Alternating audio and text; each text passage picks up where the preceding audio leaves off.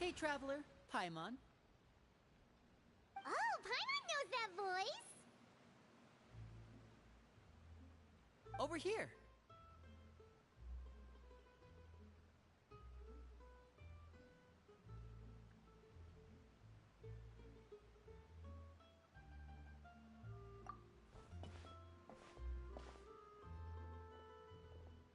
To borrow one of the more popular turns of phrase at the moment, this appears to be quite the fated reunion. Running into you two out of the blue like this has really made my day. I certainly wasn't expecting it. You can say that again. What brings you to Poisson? Wait, Paimon's got it! You must be here for one of your magic shows, right? Actually, we've run into a bit of trouble on the home front, so Father arranged for us to stay in Poisson for the time being. Oh, are Lynette and Fremine here too? Yep, along with most of the other members of the House of the Hearth. You may have noticed Poisson seems a bit more crowded than usual. So you're saying nearly the entire organization has moved to Poisson? Sounds like you've run into way more than just a bit of trouble. What's really going on? Well... Since the two of you are so curious, perhaps I can fill in the gaps. You scared Paimon half to death! Father, you're here. You know... On second thought, maybe we don't need to know? It's all probably super confidential House of the Hearth stuff, right? We totally weren't trying to pry or anything. No need to be nervous. I could sense your genuine concern from your conversation just now. Of course, I can also understand your confusion. Sending so many Fatui here to Poisson, it's only natural that some might suspect an ulterior motive to be involved.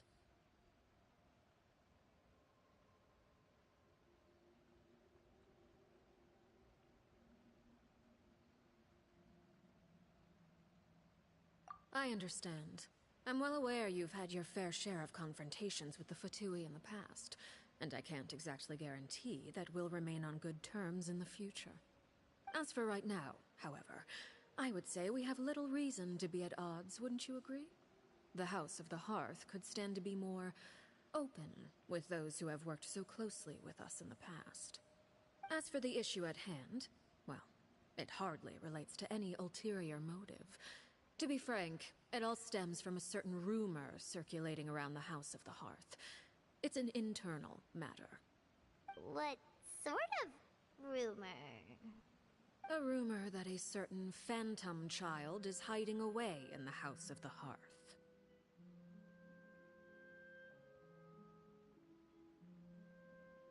A phantom child? Ooh, just hearing the name is giving Paimon the creeps. A spirit that should have long ceased to exist is lurking in the shadows of the House of the Hearth. So I decided to bring the children to Poisson before continuing to investigate the situation. I expect I should be able to track down the spirit fairly quickly. After that, it's just a matter of resolving the situation, if you will. It shouldn't be much trouble at all. If you're curious, or if you still have some concerns, it might be advisable to stick around for a few days. I'm sure the children would be exceedingly pleased to welcome some visitors. Lenny, I'll leave you to entertain our guests. I have some matters to attend to. Of course, Father.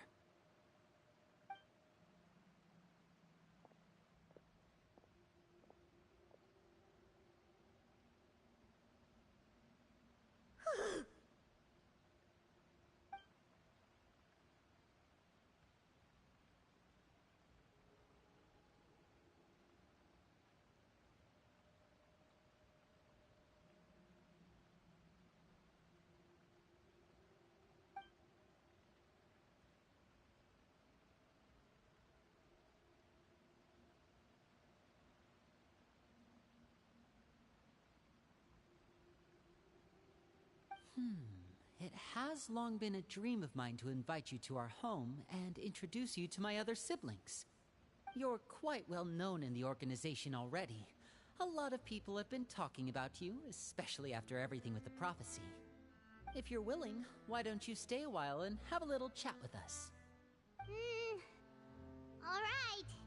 We don't have to do right now anyway. But let's be clear, we're just gonna be there as guests, okay? Don't get any funny...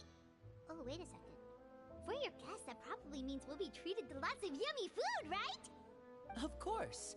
During our stay in Poisson, we've been helping out the locals with some fishing. We bring in quite the bounty every day. In fact, today is the perfect chance for me to show you what I can do in the kitchen. Let's go. I'll take you to where we're staying.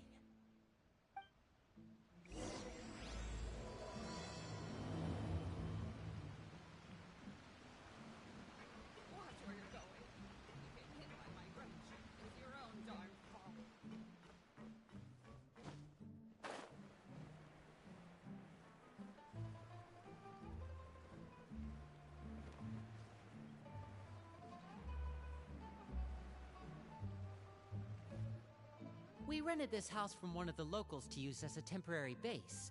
I'll come back later and tidy up a bit. After that, it should be all ready for you to stay in tonight. Awesome, thanks! So, where are we off to now? Well, when I happened to run into you two earlier, I was actually in the middle of distributing some supplies. With this many people staying in Poisson, we have to bring in outside supplies every now and then. I should probably make sure the rest of these provisions get delivered. Otherwise, people might start to get antsy. Okay, we'll come with! There are all sorts of rumors about your organization floating around out there. Paimon's not sure if she could even take a wild guess as to what's true and what's not. But now that we finally have the chance to see a day in the life of the house, we can take a good look at how you operate! Well, you're more than welcome to come along. Just follow me.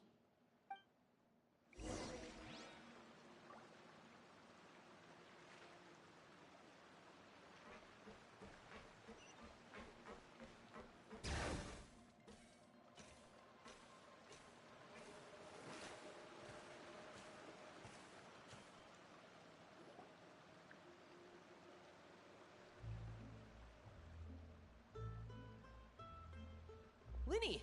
We're finally here. The supplies. I'm assuming you've... Brought them with me? Yep, here you go. Hello? Something caught your eye?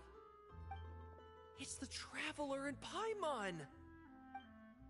No way! Come here, everyone! Hurry! The Traveler and Paimon are here!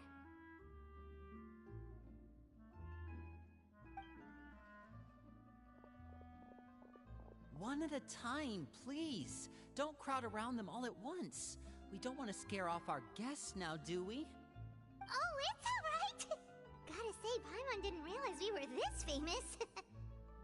Of course! Father and Lyney have told us so much about you. Father told us about how you helped Lyney. According to her, you're a trustworthy friend. And as far as she's concerned, that's pretty much the highest compliment we've ever heard her give. As you can imagine, everyone's been very curious about you. I heard the Traveler is so strong that she can move a mountain with her bare hands. I heard Paimon eats so much that she can clean out the entire pantry at Hotel Tabor in just 3 days! Wait a second! That's the rumor you heard about Paimon? Oh, not cool at all! Oh wait, when guests visit, you're supposed to give them gifts and stuff, right? Oh, we don't need something like that. Besides, we don't have anything to give to you! Come on, we insist! I can give you some of my new potions. Just pick your poison. And by that, I mean medicine or actual poison. I've got both. Huh? Or maybe Shaplo can teach you guys about stealth! He's super good at it! He's never been caught. Ah, now that's not a bad idea. I know you usually prefer to fight head-on, but it never hurts to expand your bag of tricks, right? When it comes to eliminating your enemies, staying quiet can go a long way. Trust me, I would know. I was poisoned not too long ago, and I'm still dealing with the after effects. So I'm not quite as good as I was before, but I can still give you some pointers. Wait, when you said gifts, Paimon didn't think you meant poison and stealth tactics. But those are the best things we can give you. You don't like them? Ooh, how about this? Tell me the name of someone who really annoys you, and we'll teach him a lesson for you. All right, Fold, Selwar. I think that's enough suggestions for now. When it comes to being a good host, it's the thought that counts. You don't need a physical gift to make our guests happy. In fact, pestering them with suggestion after suggestion might make them more annoyed than anything. I would say your enthusiasm has certainly gotten across. Really? Awesome! It's been so long since we have had guests to play with. If there's anything you need, just let us know. Yeah, especially if it's poison or something. I've got all sorts of potions for that. Well, we'll talk to you all later. We've still got supplies to distribute. All right, see you later.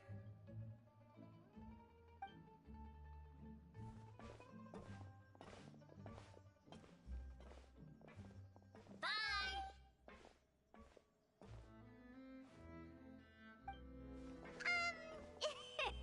Lindy, about all that poison and stuff tactics talk just now. Scared you, did it? That kind of talk comes with being part of the House of the Hearth. When Foltz was really young, he strangled all of his family pets, just out of curiosity. He was labeled a dangerous problem child and was abandoned by his family. Elwar has an unnatural obsession with potions. Father has forbidden her from trying all the different concoctions she comes up with, but she still tries to test them in secret. You really have to keep an eye on that one. Chaplot is around my age. While I'm mainly responsible for collecting intelligence, he handles surveillance. He's very passionate about his work and has no reservations about taking on some very difficult missions. I know you two probably aren't used to that kind of talk, but I can promise you they only had the best of intentions. Things like stealth tactics and developing different poisons, they really mean a lot to them. They were just trying to share the best of what they could offer, that's all.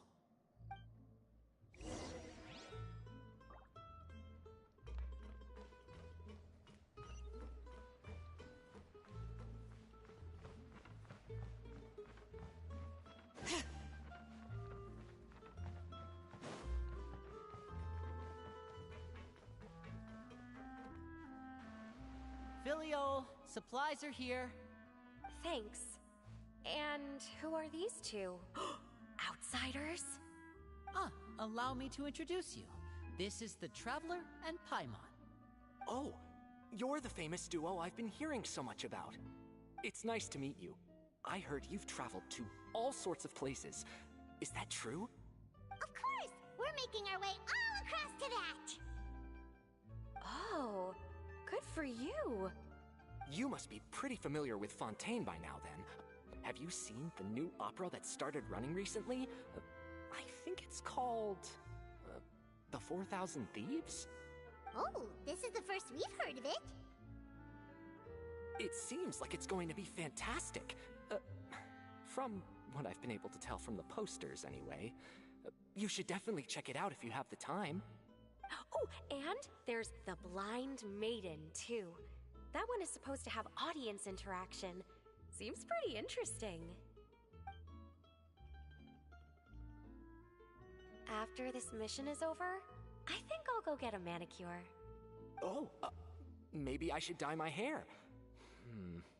Wonder how much it'll cost. Is it just Paimon, or do these two seem much easier to get along with than the others? Looks like the House of the Hearth has some normal members after all. I heard that.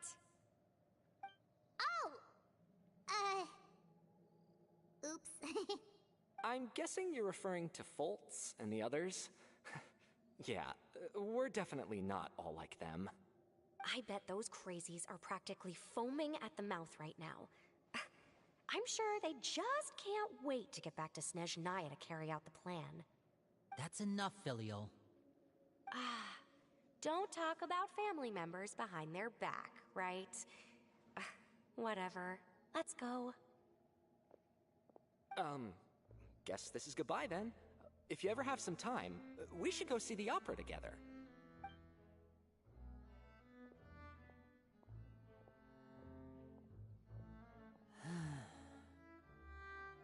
Well, That's it for the supplies.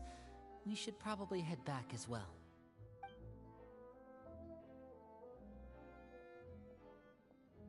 Well, they didn't seem too happy with each other. Seems like there could be something more going on here.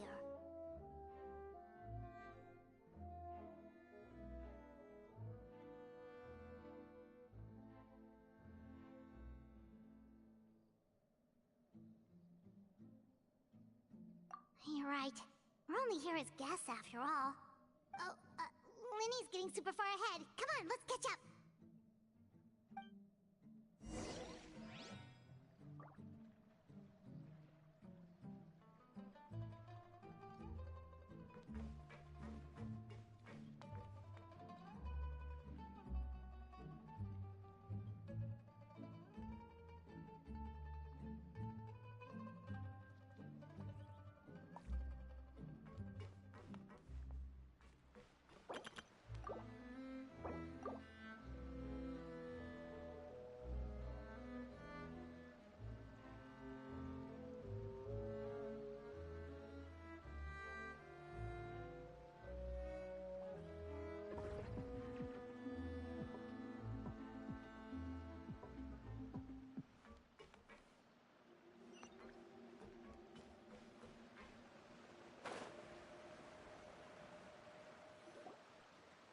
So, what do you think of the members you've met so far?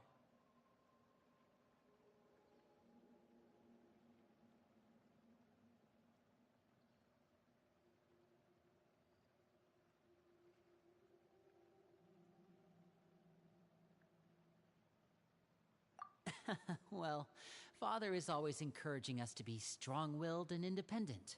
So if there's one thing we've got, it's people who aren't afraid to speak their mind. Well, I should probably get cooking. Wanna join? Of course! Then let's head out and... Huh? Fremine? What are you doing here? Well, Fremine! Nice to see you again! Oh, you too. I heard you're here as guests of House of the Hearth. Welcome. We were just going to make some food. Why don't you come along? I could use some help in the kitchen, and I seem to remember you mentioning you wanted to make seafood soup for the Traveler in Paimon. Seafood soup? Oh, Paimon's drooling already. Were you looking for something just now, Fremine? Maybe I can help. It's nothing. I just wanted to see if there were any extra supplies. Yeah, we've got some left over. What do you need? Some food and water. And some clean cloth, if possible. No problem. Give me a second here. Food, water... Wait a minute. What do you need all of those for? You're not on any missions as far as I'm aware, and you were just going to come eat with us.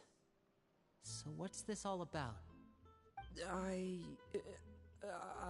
thought I'd grab an extra portion because I get hungry at night.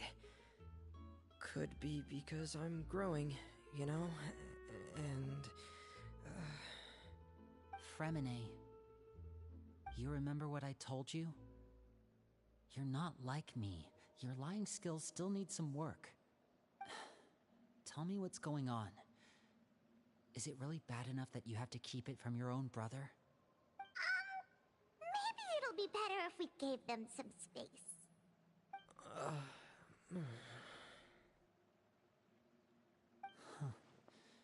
This is the first time I've seen that kind of look on your face. Whatever happened, does it have something to do with Father? Yes. Just follow me.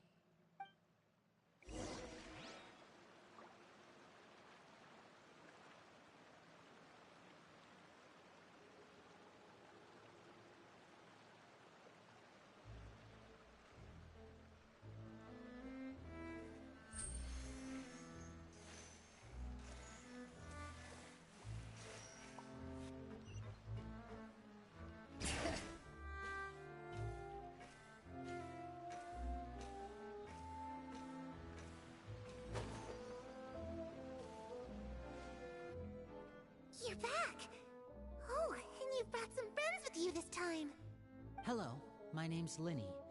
I grew up in the House of the Hearth. And you are? Hi, Linny.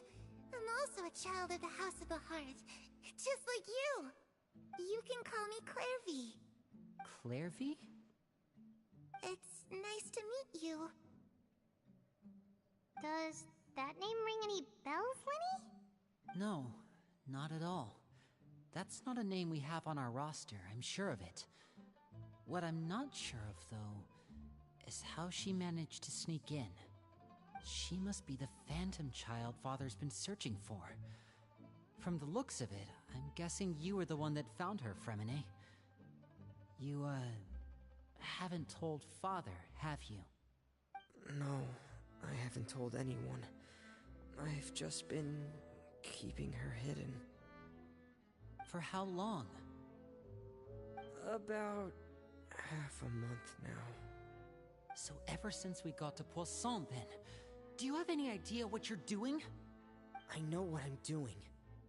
Really? 'Cause from where I'm standing, it looks like you're hiding the very person Father has been trying to find. If Father finds out about this, everyone involved is going to be punished. You know the rules of the house, Fremine. I know you do. Father doesn't tolerate any form of betrayal. So why are you doing this? I've thought it through. And I just can't hand her over like that. Linny, don't you remember last year? Sheplo nearly died after getting poisoned during that one mission. He wasn't able to get back before the poison started taking effect, and not a single person was there to help him. That night, while I was sleeping, I heard a voice telling me to go save him. I opened my eyes, but I couldn't find the source of the voice. I thought maybe I was just hearing things, but I went to look for him anyway. Luckily, I got there with enough time to save his life. That feeling of being haunted, of hearing voices, it's happened many times in the House of the Hearth. I'm sure you've noticed. So what you're saying is, that was her? She was the one who spoke to you that night? Unless there are other spirits roaming around the House of the Hearth, I don't think there's any other possibility. If Clairvy were our enemy, it wouldn't matter whether she was a spirit or an actual child. I would have acted without a second thought, because that's what Father ordered us to do. But she's been living with us, helping us from the shadows all this time. I think that makes her family. I couldn't just hand her over to be dealt with. Not when there's so much we still don't know. So what's your plan then? You can't keep her here forever. Someone is bound to find out eventually. I haven't thought that far yet. I don't want to disobey an order from Father, but I also don't want to put Clairvy in danger. Come with me. There are a couple things I'd like to say to you in private.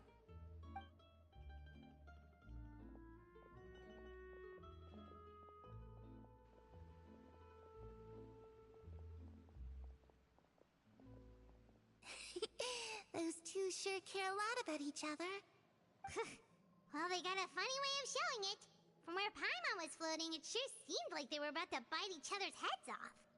No way! They have a really deep bond. I could tell right away, because I also have a friend like that. I just don't know how long that kind of bond can last. The darkness in the house runs deeper than you can imagine. No one can get out alive. I'm sorry, Linny. I really didn't mean to drag anyone else into this. Oh really? You didn't mean to? 'Cause I for one wish you did. Huh? What do you mean? You know, when we were younger, you didn't call me Linny. You called me brother, just like Lynette. We grew up together, the three of us. We were all orphans, all rescued by Father. Of all the siblings in the House of the Hearth, I think our bond was the closest. Later on, when you started calling me Linny, I wasn't actually surprised. After all, Lynette and I are related by blood. We've had to depend on each other to survive long before we joined the house. Linny, The darkest and most difficult moments of my life happened before you and I had ever met. I'm sure that's true for you as well. Even so, Fremine, we've stood by each other for all these years now, and to me, that means more than blood. You and Lynette are the most important people in my life. No one can replace you. So I won't let you face anything alone. Not if I can help it. Oh, looks like things are getting kinda heated between Lynne and Fremine. Maybe we should go check on them. Oh, it's raining. I should put my clothes away.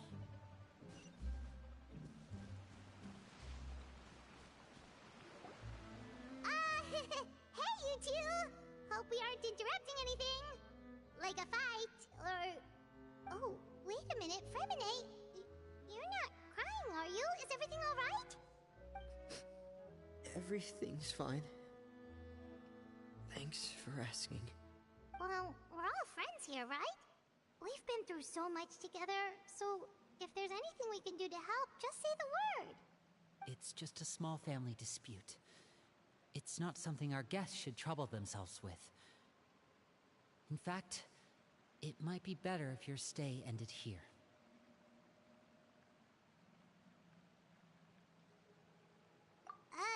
What are you getting at, Traveler? When guests are around, families are often on their best behavior. And any disputes are less likely to escalate.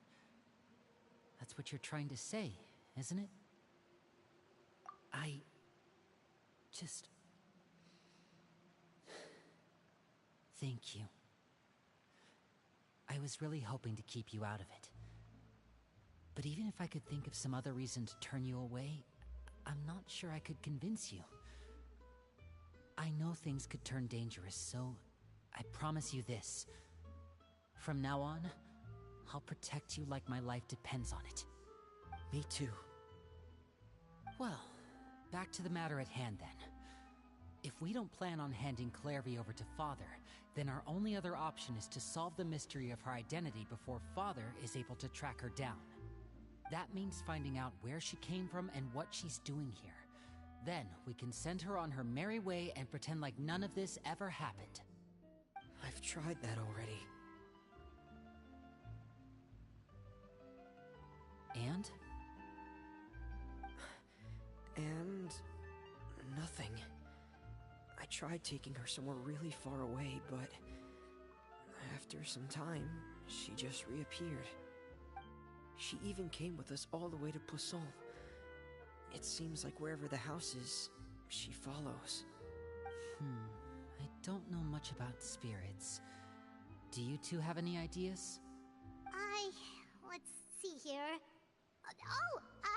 Paimon remembers hearing something like, if you fulfill a spirit's last wish before they die, they'll let go of whatever's keeping them here and return to the ley lines.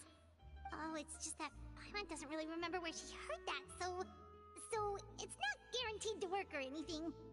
Well, sounds like it's worth a shot. Guess that means we should go ask her about her wish.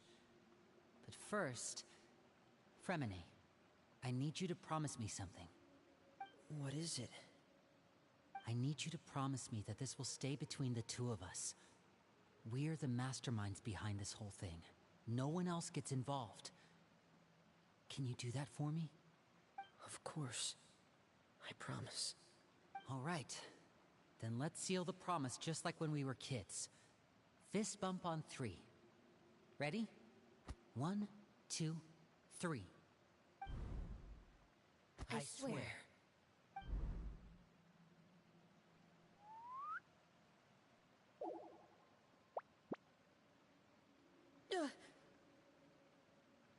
Whoa! Lynette! But what a surprise! What brings you here, dear sister? And, when exactly did you get here?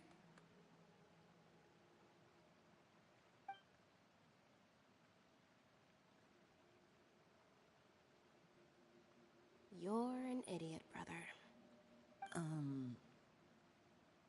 And you too, Fremine.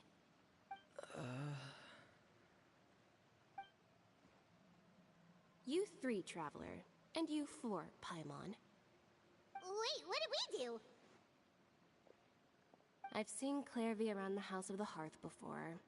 I hadn't seen her in Poisson, so I figured she must not have come with us. But it turns out, you were just hiding her. I heard you talking about your plan. Rather than steering clear of the situation, I'd rather fully join in.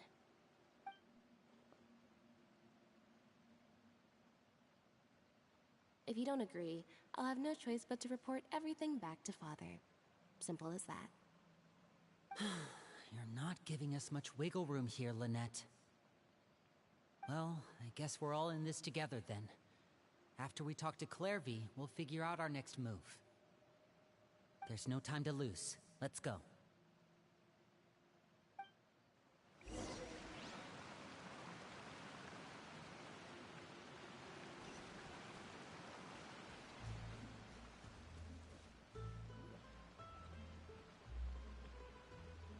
I'm full. Thank you for bringing me this food, you guys. She said she's full, but the food doesn't look like it's even been touched. That's right. Based on what I've been able to observe, it doesn't seem like Clairvy can interact with the physical world at all. Still, when she's presented with food, she'll always linger around it for a good little while. Maybe, in her mind, she really is eating those things. Does she know that she has already passed away?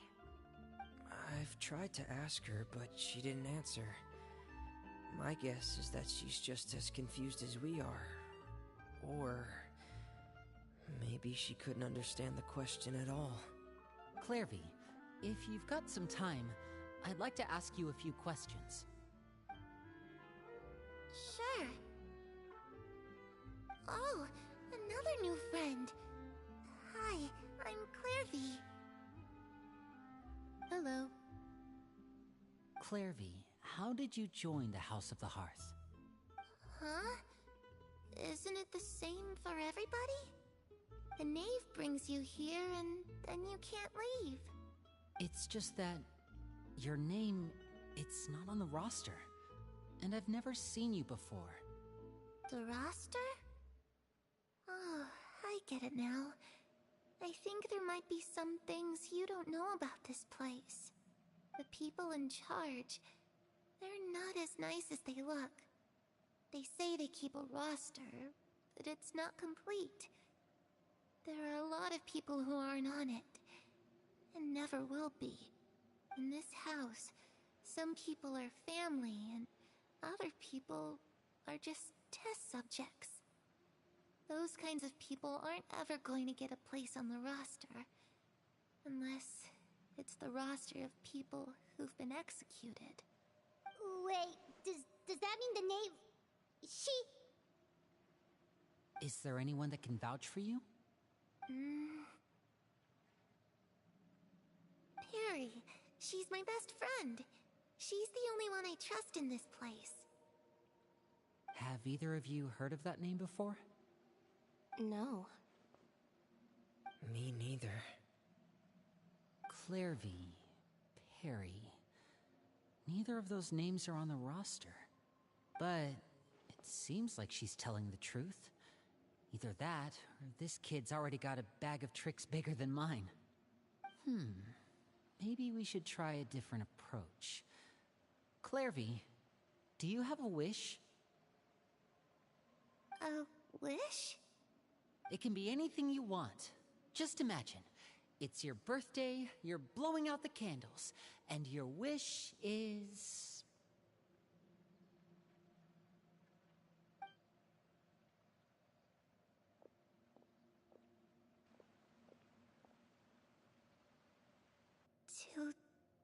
To go outside, where the sun can find me. That's it? Well, that sounds easy enough. The darkness in the house runs deeper than you can imagine. No one can get out alive.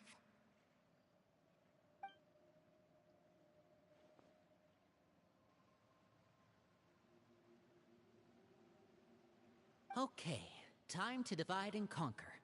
Listen up. I've got a plan.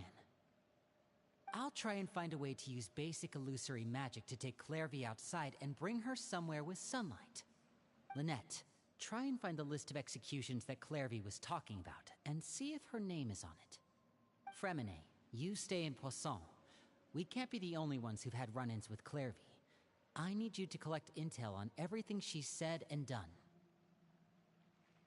Understood. I'll try my best. What about us? What should we do? I really appreciate your willingness to help, but this is a family matter. I don't want to drag you in too deep. It's too risky. Let me think. Since Father considers you to be guests, maybe you could stick by her side for a little while. You don't need to do anything except keep up some nice, casual conversation. Ah, Paimon gets it. You want us to distract her. I'll give you a magic bird. If Father suspects something, all you need to do is release it when she's not looking, and it'll alert me that something's wrong. Of course, that's only as a last resort. If Father doesn't seem to notice us, there's no need to make contact. We'll reconvene here tonight after all's said and done. If the worst-case scenario happens and we're discovered, just tell Father everything. We're not going to let our guests get punished for our own actions. That's where we draw the line. You too. Okay, this is where we part. Father should be at the beach nearby.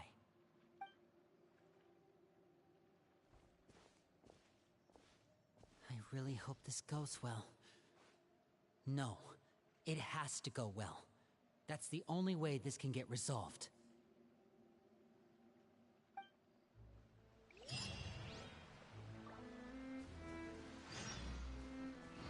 Clairvy, I'd like to take you somewhere. Is that okay with you? Sure. Where are we going?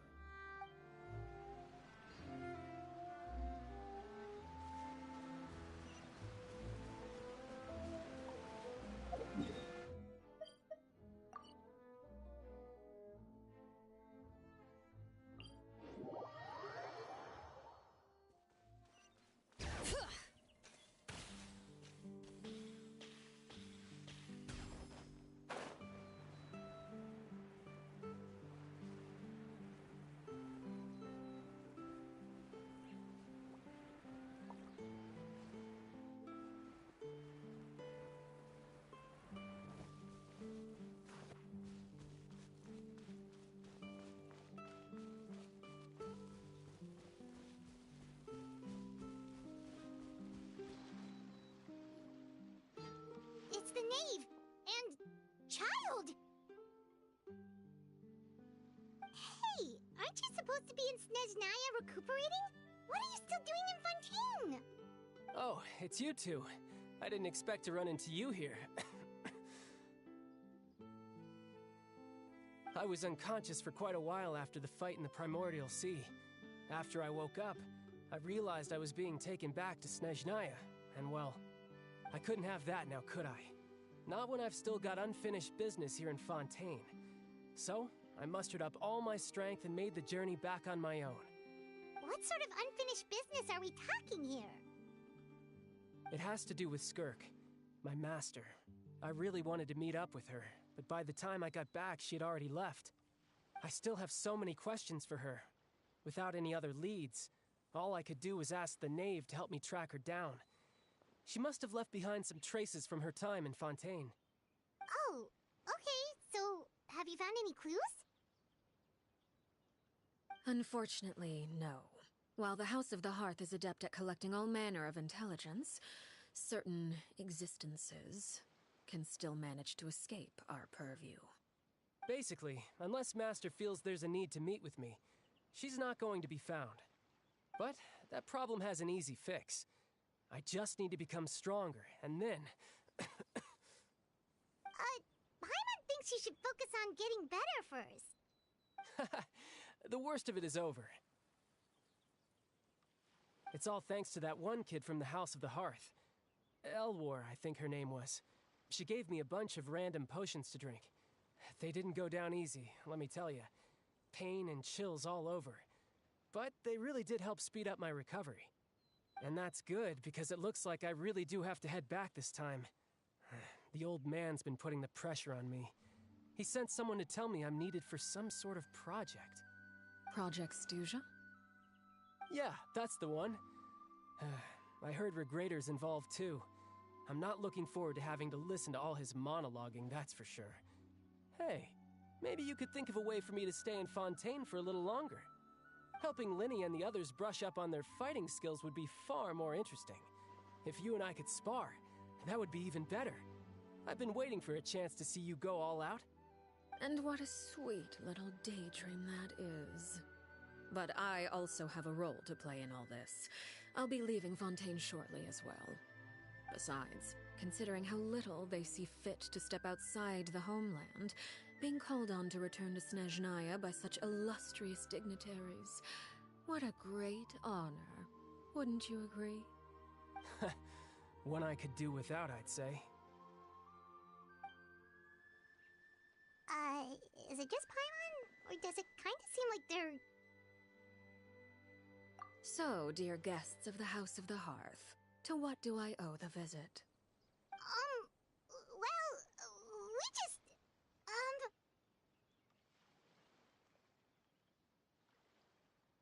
Right!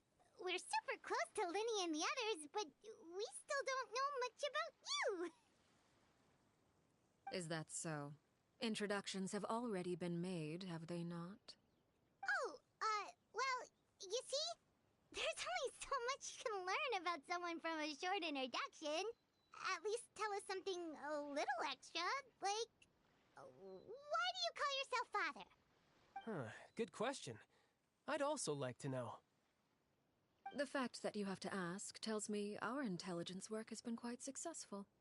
Telling you the answer to that question would only serve to undermine that success.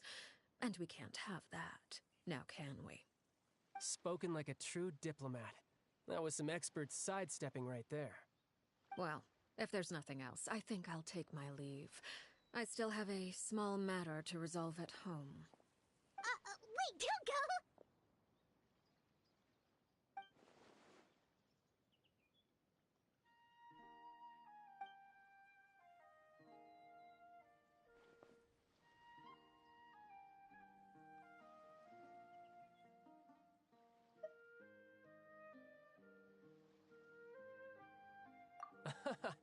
I'd also like to hear the answer to this.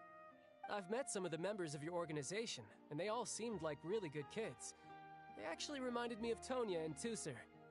Which, by the way, if you ever betray them, I'm just letting you know, I won't let you off easy. And why would I betray them? Well, you've already betrayed the House of the Hearth once, haven't you? At least, that's what I heard.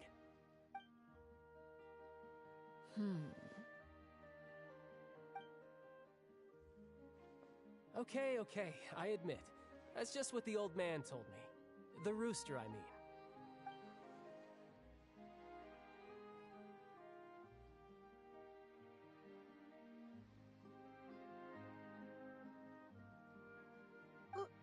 Wait, did you really do something bad to those kids? Never mind what I've done. I'm more curious as to what the mighty rooster had to say. Care to enlighten me? Well, nothing much. Just some stuff about you taking out many other members of the House of the Hearth, and even going so far to attack your own family.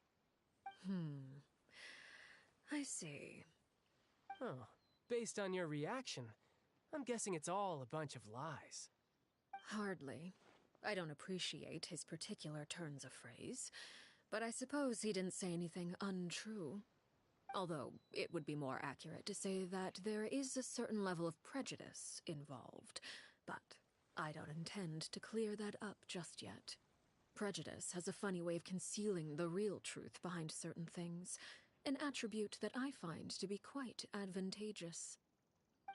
Call yourself a Fontainian, for example, and people will assume all sorts of things, when the real truth is that this is simply the land where I was raised.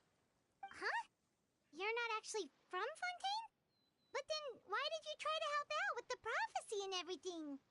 I was trying to protect the children born in Fontaine. Claiming that I myself was a Fontainian simply made it easier to operate. People would hardly suspect a fellow Fontainian of having any ulterior motives. Who wouldn't want to save their homeland after all? The primordial sea wouldn't have any effect on me, but it would have caused great harm to the House of the Hearth. Well, you wanted extra information, didn't you? There you go. I hope that satisfied your curiosity.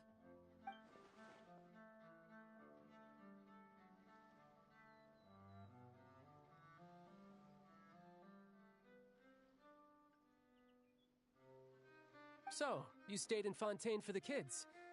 I guess I was wrong to believe you'd betray them. Apologies. Looks like I was holding on to some prejudices myself. Good. Like I said, I like it when others have misconceptions of me. Actually, while I was recuperating at the House of the Hearth, there was something else that really caught my attention.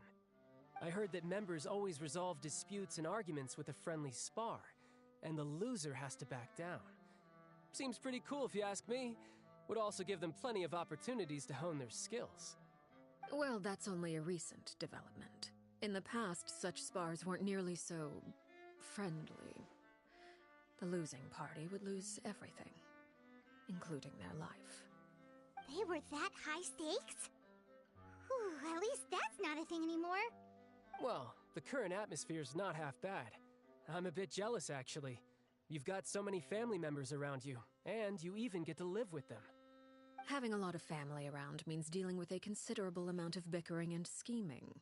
Once Tonya and Tusser enter their rebellious phase, I'm sure you'll understand. Just imagine. Tusser becomes obsessed with plucking out strands from the rooster's mustache, or Tonya decides to dye her hair 42 different colors. Okay. I get the picture.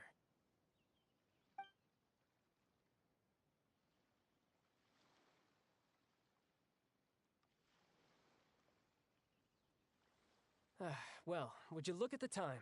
I should probably get going. Traveler, Paimon, I'm not sure where our paths will cross next, but the next time we run into each other, we should definitely try and find some time to spar. Again, maybe this is a conversation we can have when you look less like you're gonna keel over. All right. Well, thanks for everything, Arlecchino. No thanks necessary. You also played a part in obtaining the Gnosis. I would say we can call ourselves even. I like the sound of that. Well, I'm off. See you all some other time. We should probably get going too. Do you want to head back with us? Oh? You want me to leave so soon? Oh, well, you see, I'm rather enjoying the evening breeze. If you don't mind, I think I'll stick around for a bit. I have some things to think about. Apologies for not attending to you like a proper host. Please forgive this slight. I do hope you'll have a pleasant stay. We managed to keep her distracted until nightfall. Good thing Child was there to keep the conversation going. You don't think she suspected anything, do you? Oh, I wonder if Lyney ran into any issues. Let's hurry back and see how everything went. Oh? You decided to stay a little longer? Let's take in the ocean view together, then.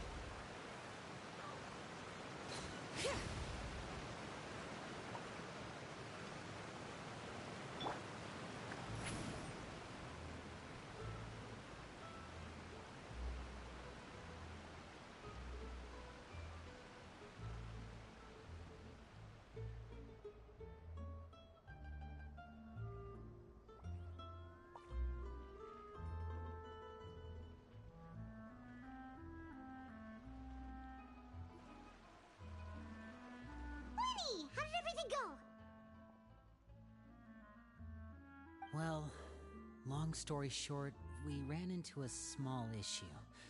Clairvy can't go into the sunlight. Everything was fine at first. She followed me up to the surface just like I told her.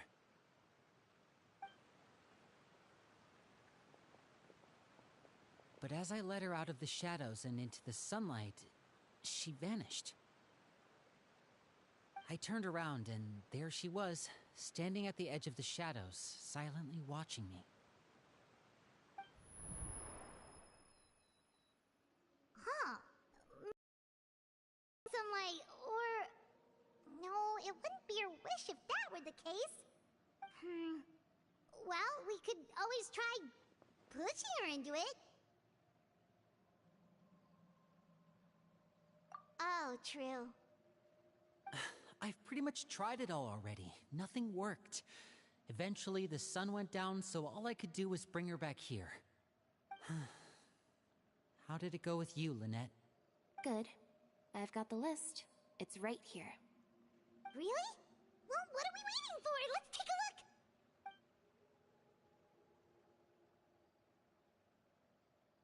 Oh, that's a lot of pages. Oh, it's gonna take forever to get through it all. We can each take a section. Here.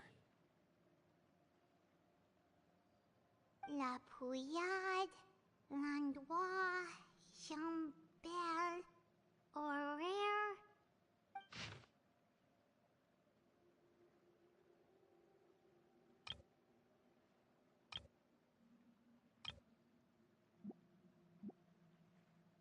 Oh, yikes. That Horaire guy has a huge scar on his face. He's kinda giving Paimon the creeps. Ah, I've met him before. The scar is from an injury he received during a mission. I still remember him joking with me about it. He said any future lover would take one look at him and then lose all interest. Did he say anything else? Well, I asked if there was someone he was interested in. He said no, and that's where our conversation ended. It was only later that I learned he really did have someone he liked. He risked everything to escape so he could be with her, but it didn't work.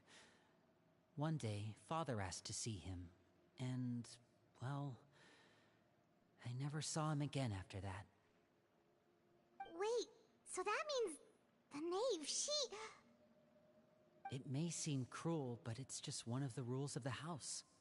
Betrayal is not to be taken lightly. We know too many secrets to come and go as we please. So, if you do try to leave, you pay with your life.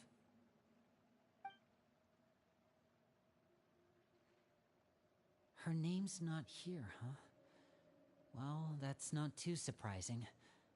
It doesn't seem like this list is complete. It only contains records dating back around 5 years. Let's shift our attention then. Fremine, were you able to find anything out? Fremine. Sorry. I was thinking about something. I managed to talk to quite a few people, but I couldn't help but notice that the atmosphere in the house was a little... strange. Strange? Yeah, I mean, I know there have been arguments in the past, times when people haven't gotten along. Chaplot and Filiol are a good example of that. Oh, those are two of the people that we met while delivering supplies. Paimon can see how they might not get along. They had very different vibes, and their, interests seem to be pretty different as well. That's to be expected, actually. Father brought us all here, shared her knowledge with us, taught us how to fight. That's one thing we all share. But that's also where the similarities end. Not all of us feel the same desire to stay here. As members of the House of the Hearth, we're also considered part of the Fatui.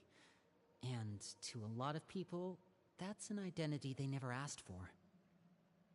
Certain members get older and realize they want something else for themselves. But considering the rules of the house, most people would never say that out loud. People like Chaplot and Foltz are loyal to Father and her vision. they're proud to be part of the Fatui. Filial and Nantoy, on the other hand, well, they aren't quite as enthusiastic. These kinds of conflicts have always been there. It's not like Father is in the dark about any of this. Well, that's true. But it just feels like things have gotten worse lately. Filial and the others, it seemed like they were meeting in secret to talk about something. I can't say for sure, but I think they've met Clairvy. You think she's been inciting them to act out? No, not exactly. But I wouldn't be surprised if she said something to them about the darkness in the house and how deep it runs. She's told me about it before. Experiments being run on children. People being used as pawns on the battlefield without so much as the strength to survive. And they just believed all that? Without any evidence? Clairvy's words probably gave them the excuse they were looking for.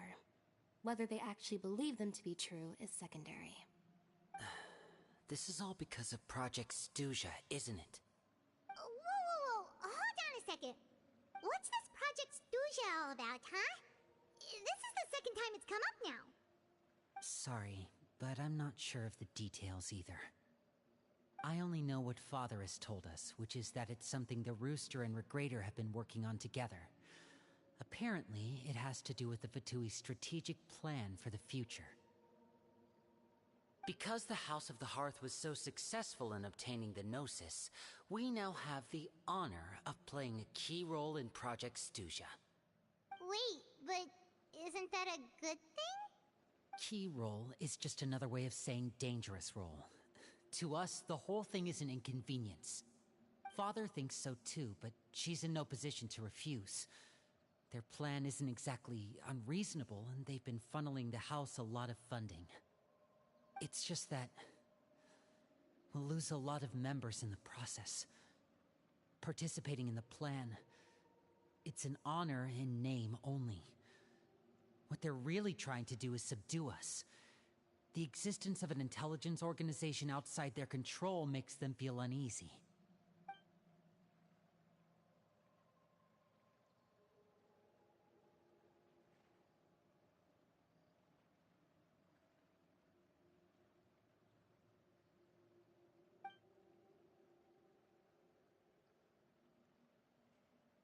Okay, super complicated top secret Fatui business aside, what does all of this have to do with the conflicts you were talking about earlier? Paimon doesn't get the connection. External pressure has a way of exacerbating internal strife. You can't overlook the power of fear either. People are afraid of dying, and that fear is often the impetus for a lot of stupid decisions. I thought resolving the Clairvy situation would make everything go back to normal, but it looks like things are more complicated than I thought. If we leave Filial and the others to their own devices, sooner or later, Father will be forced to take action. We can only focus on one situation at a time, brother.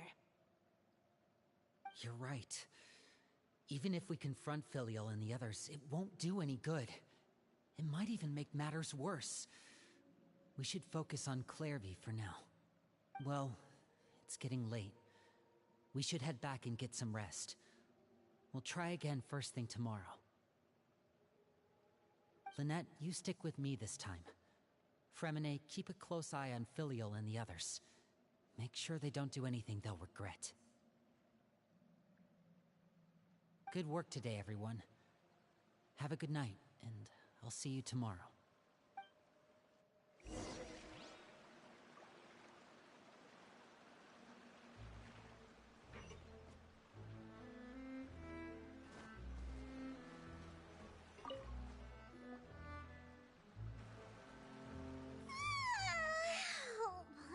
Looking forward to an early night, but she can't sleep at all. Hey, you don't think the knave will be too angry with Lyney and everyone if she finds out about all this, do you? She's even scary when she smiles. If she were to actually get angry...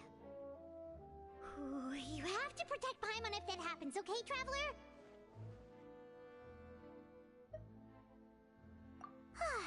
Trust is ever, traveler.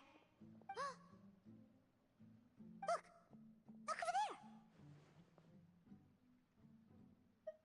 Quick! Let's catch up with her before anyone sees!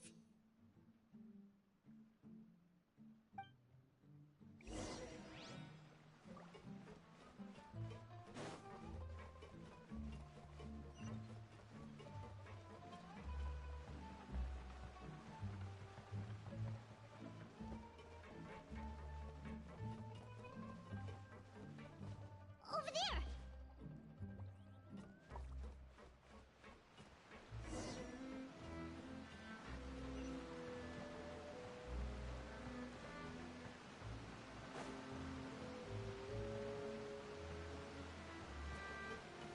Oh, where is she going? Oh, if someone sees her, we're toast!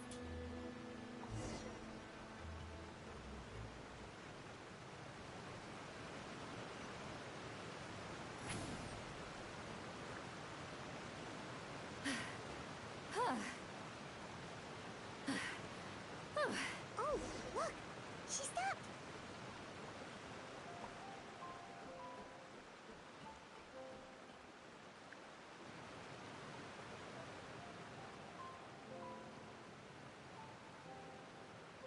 Clairvy! Shh! I opened the window while no one was looking.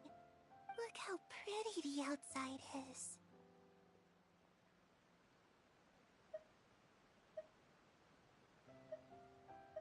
If only I could have more than this.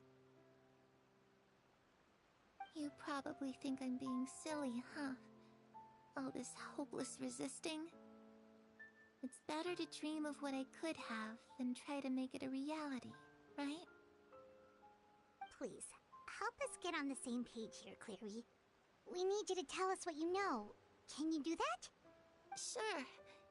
Although, after you hear all this, I think you might regret that decision. Everyone in this family is nothing more than a tool. Something to be used and exploited. We're all expendable. Including me. As long as you're useful, you get to stick around. Lose your value. You're handed over to the doctor, experimented on, and given a fate worse than death. I've seen it happen again and again, and I've had enough. You're saying the knave did all that? It's just, that doesn't seem like something she would do. She's scary and all, but it seems like even she has lines she wouldn't cross. I knew you wouldn't believe me. Everyone thinks she's a good person. They all think of her like a real mother. Mother? But she doesn't deserve that title. She's disgraced it and tarnished it. And if I had things my way, I'd never see her again. If only Perry were here, she'd understand. Perry? There's that name again. Also, Paimon's getting a strange feeling. It almost feels like she's not really here with us. Paimon can't tell if she's actually talking to us or if she's mistaken us for someone else. Well, in any case, it seems like she really needs someone to talk to. We should keep her company for a little longer. She looks so young. But it seems like she's been through a lot. It's getting windy. I should close the window. Ooh, look at the moon. Isn't it pretty? Hey, wanna hear a secret? I heard that if you look up at the night sky in Snezhnaya, you can see the aurora. It's supposed to be super pretty. Even prettier than the moon tonight. Perry and I promised each other that once we're older, we're gonna go see it together. But I can't find her. I'm worried she's also been... No, that wouldn't happen to her. She's special. Mother likes her a lot. I should really go talk to Mother, but we just fought. She doesn't want to see me, and I'm too scared to face her. What should I do?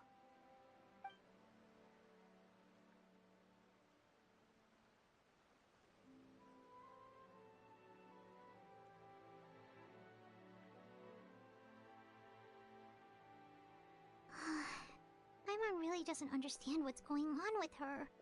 Well, let's head back. We've got an early morning tomorrow.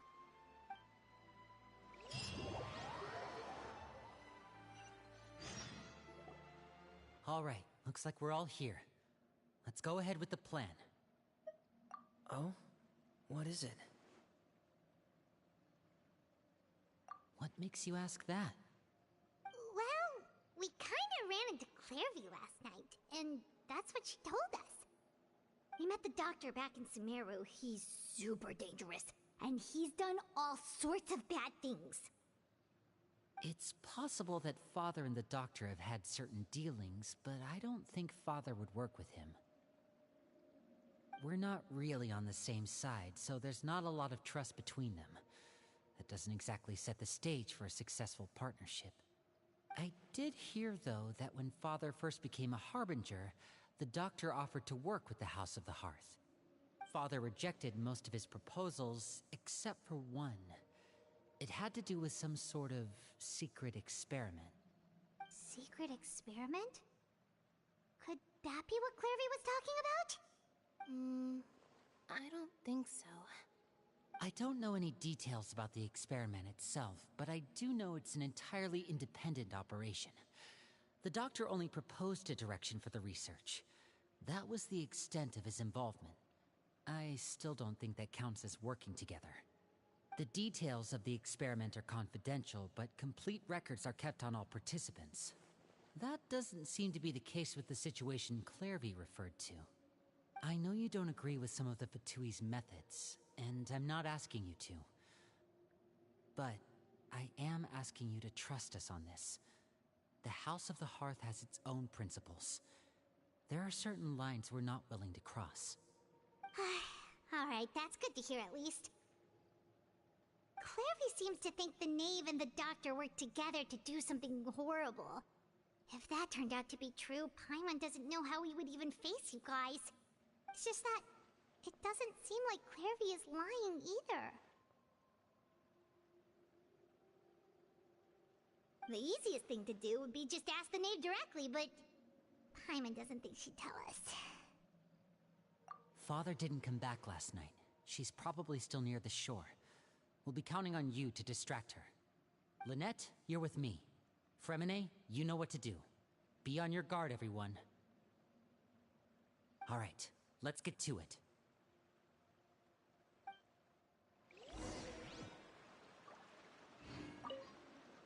Where are we going today? Let's try somewhere further away this time.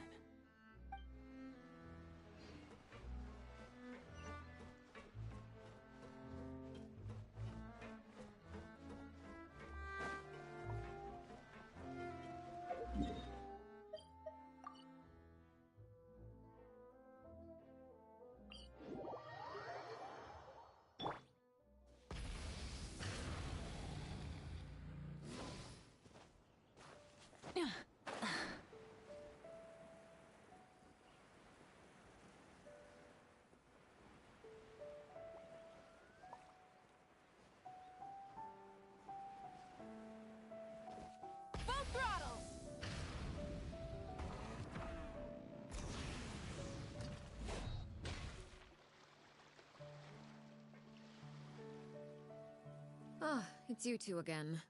I must say, you look a bit pale. Did you have trouble sleeping last night? A little. Perhaps if you had less on your mind, you'd be able to absolve yourself of such troubles. So what are you planning to do now? Catch up on some sleep? Or should I give you some time to rack your brain for a topic to discuss before I ask any questions? Although I must profess to being curious. Without Child here, how do you plan on distracting me? Us? Distract you? A good one. But no, we were just here for a chat. Looks like you could have used some extra time to think. No matter. If you don't have any other plans, why don't you accompany me somewhere? Don't worry. I'll be sure to steer clear of any scheming children. The ocean breeze is sure nice today. Children always think they can hide things from the grown-ups. But nothing gets past me. Least of all a little scheming. I think I'll let them have at it for a little longer.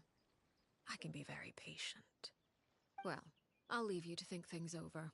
If you're so inclined, meet me outside the Palais Mermonia. Good things come to children who do as they're told. So I do hope you decide to tag along. If only for your friends' sakes.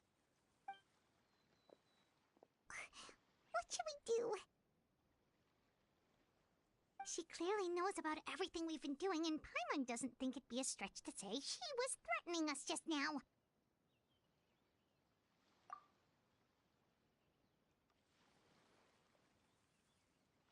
Oh, good idea. Hopefully he sees it in time. Well, we should probably head to the Palais Mermonia. Paimon doesn't want to find out what happens if we don't show up. Based on what the knave was saying just now, it sure didn't seem like it'd be anything good. Okay, then we probably shouldn't keep her waiting. It seems like Lyney and the others are on thin ice, so let's do our best to not get them in any more trouble.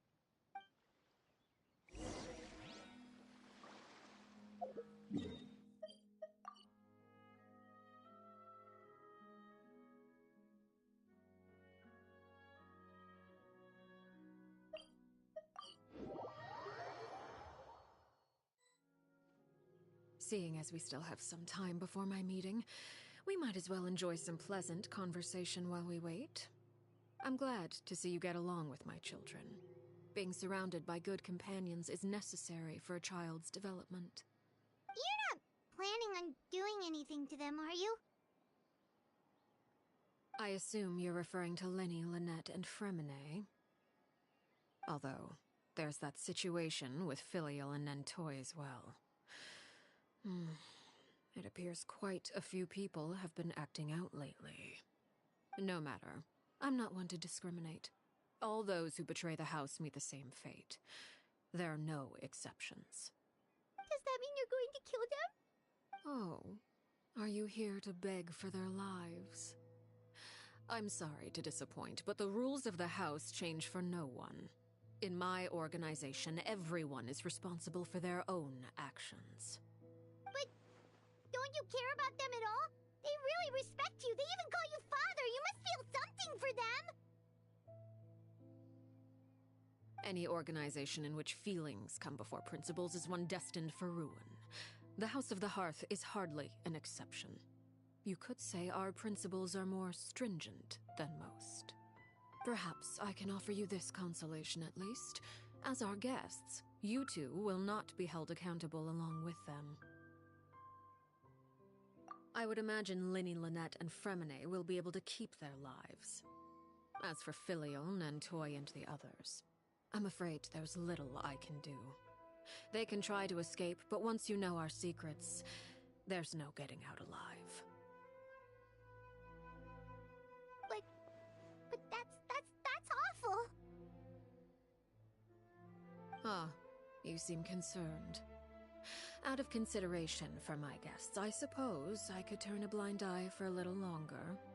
If Lyney and the others manage to dispose of Clairvy in the meantime, all evidence of their wrongdoing will be lost. In that case, I could hardly punish them for something I couldn't prove.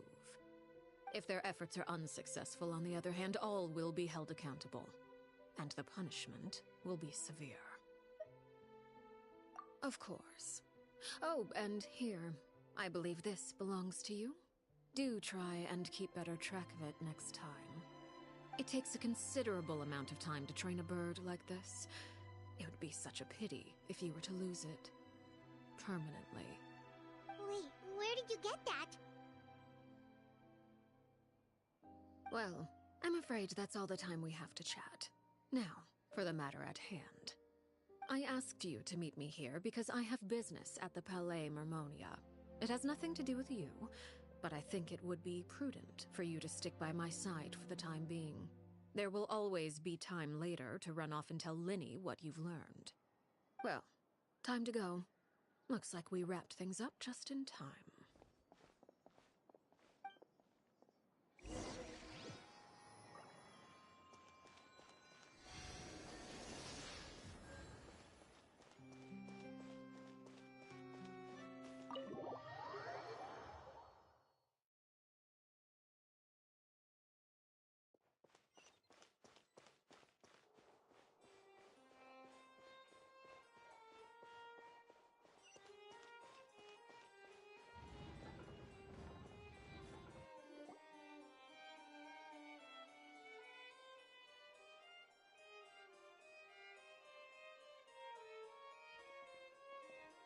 It's been a while, Monsieur Neuvillette.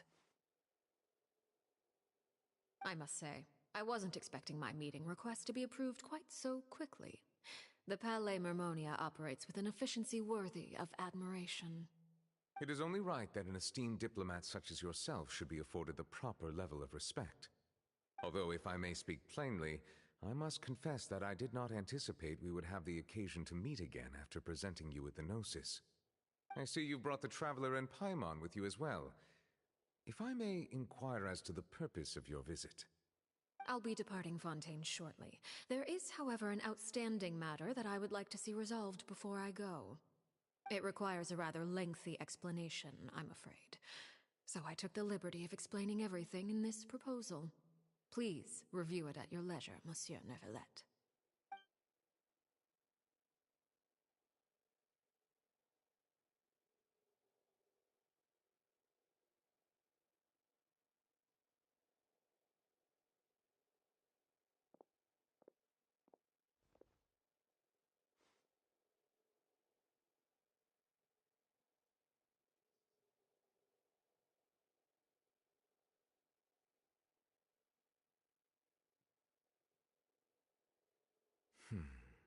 I understand your request.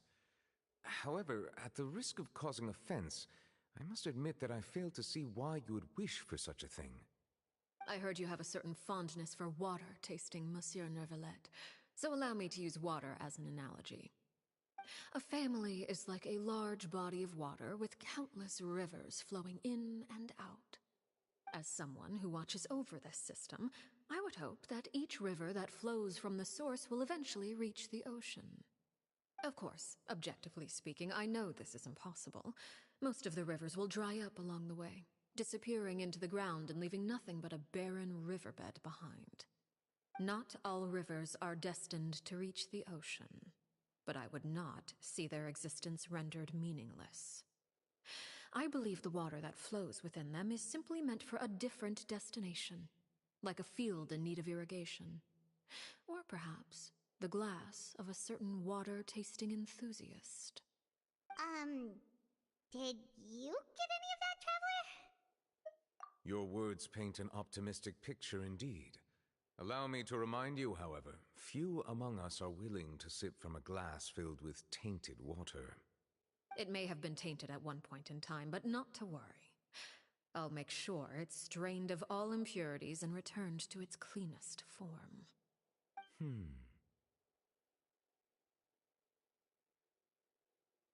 I seem to recall there being a transactional aspect to your proposal. Perhaps you could expound on that? If you accept my proposal, Monsieur Neuvillette, I will gradually withdraw my forces from Fontaine. And, unless absolutely necessary, I will no longer carry out any special missions within Fontaine. I presume I can take your words to mean that, in the future, cases similar to the Tartuffe assassination will cease to cross my desk? Tartuffe? Ah, that thief who embezzled funds from all those charities, you mean?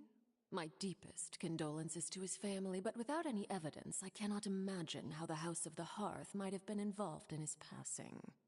Of course, if you accept my proposal, Monsieur Neuvillette, I'm sure certain measures could be taken to reduce the frequency of such troubles.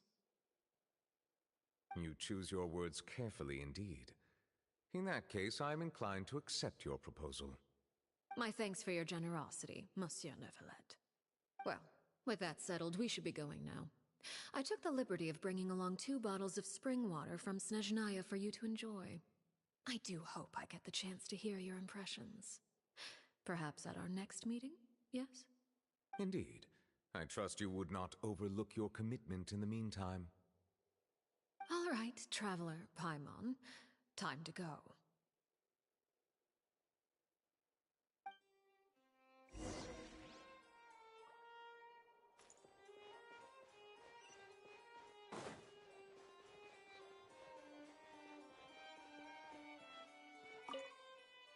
I believe I've told you before that my emotions easily resonate with those of others.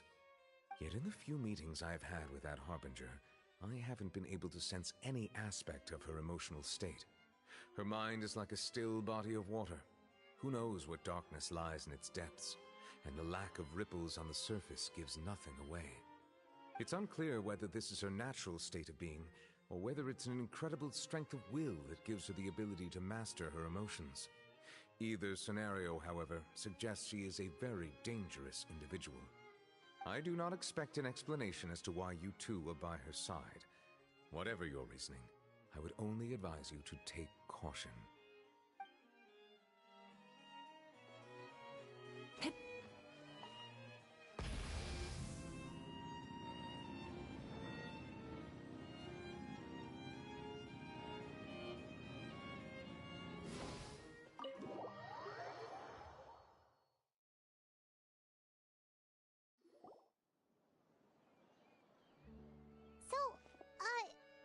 What exactly were you talking about back there?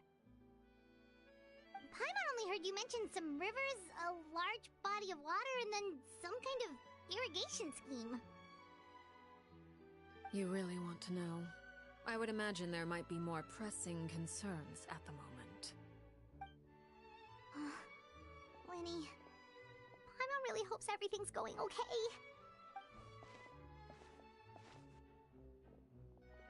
Oh, Paimon recognizes that look. You've got your thinking cap on, don't you, Traveler?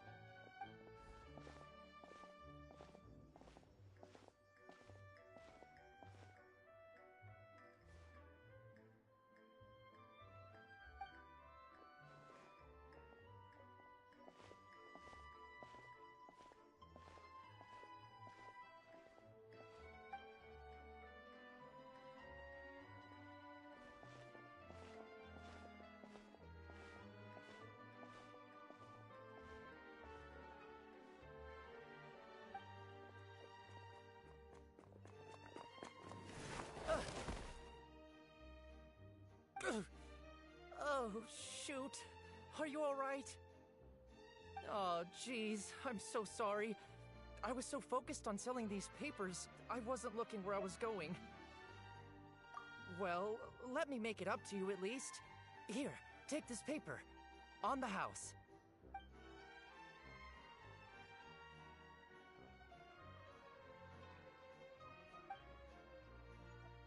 Oh, you don't have to give us anything. Please, I want to. It's not like I'm short on supply. All the extras will be useless come tomorrow anyway. It's my fault, really. I was just trying to bring home some extra mora for the family, but I bit off more than I can chew. I haven't had many takers today, so I'm still swimming in papers. What's going on here? Nothing much. I just ran into your friend here on accident.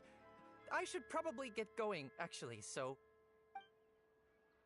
Hold on. Of course, I'm happy to compensate you with mora, it's just... I don't have any on me at the moment. I'll take 3 papers. Here. Your payment. Oh! Thank you for your patronage. May the Archons bless you with good fortune. If only I had the chance to run into such generous customers every day. I should probably just take on a smaller inventory though, right? I'm getting married soon, so sometimes it's hard to not get ahead of myself. Anyway, I should head out. Goodbye! Well, now that my affairs are settled, we should take the boat back to Poisson. We've even acquired some light reading to enjoy along the way. Actually, why don't we stick around for a little longer? Paimon just realized how hungry she is. She can't head back to Poisson on an empty stomach.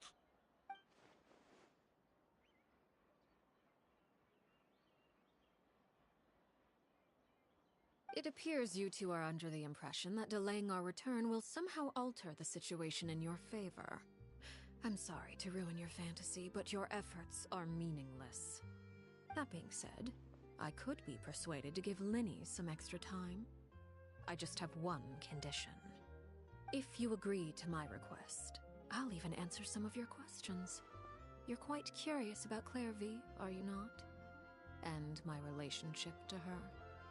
Wait, why are you being so generous all of a sudden? You're not gonna ask us to do something bad, are you? You overestimate yourself. You don't have the talent for bad things. Then what can you possibly... The most important consideration in a negotiation is that both sides receive something they want. Demands and threats only get you so far. Wonderful. Here it is. When the time comes, make the choice that you deem most appropriate in the situation, and lend your help to the House of the Hearth. Okay. Sounds normal enough. But what do you mean, when the time comes? When is that supposed to be? That is for you to decide. Then we have a deal. Follow me.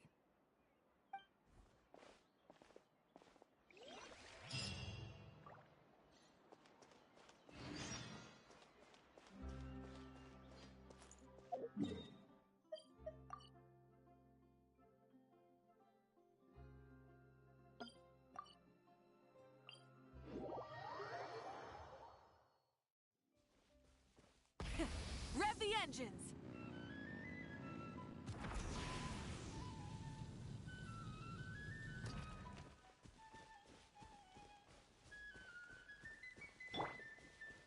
Take me up!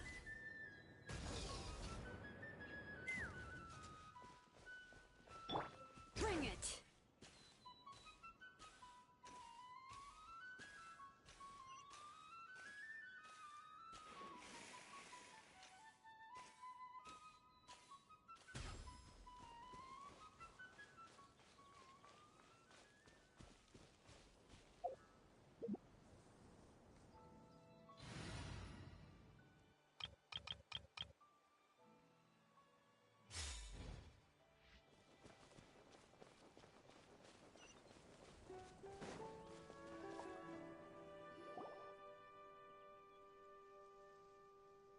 What is this place?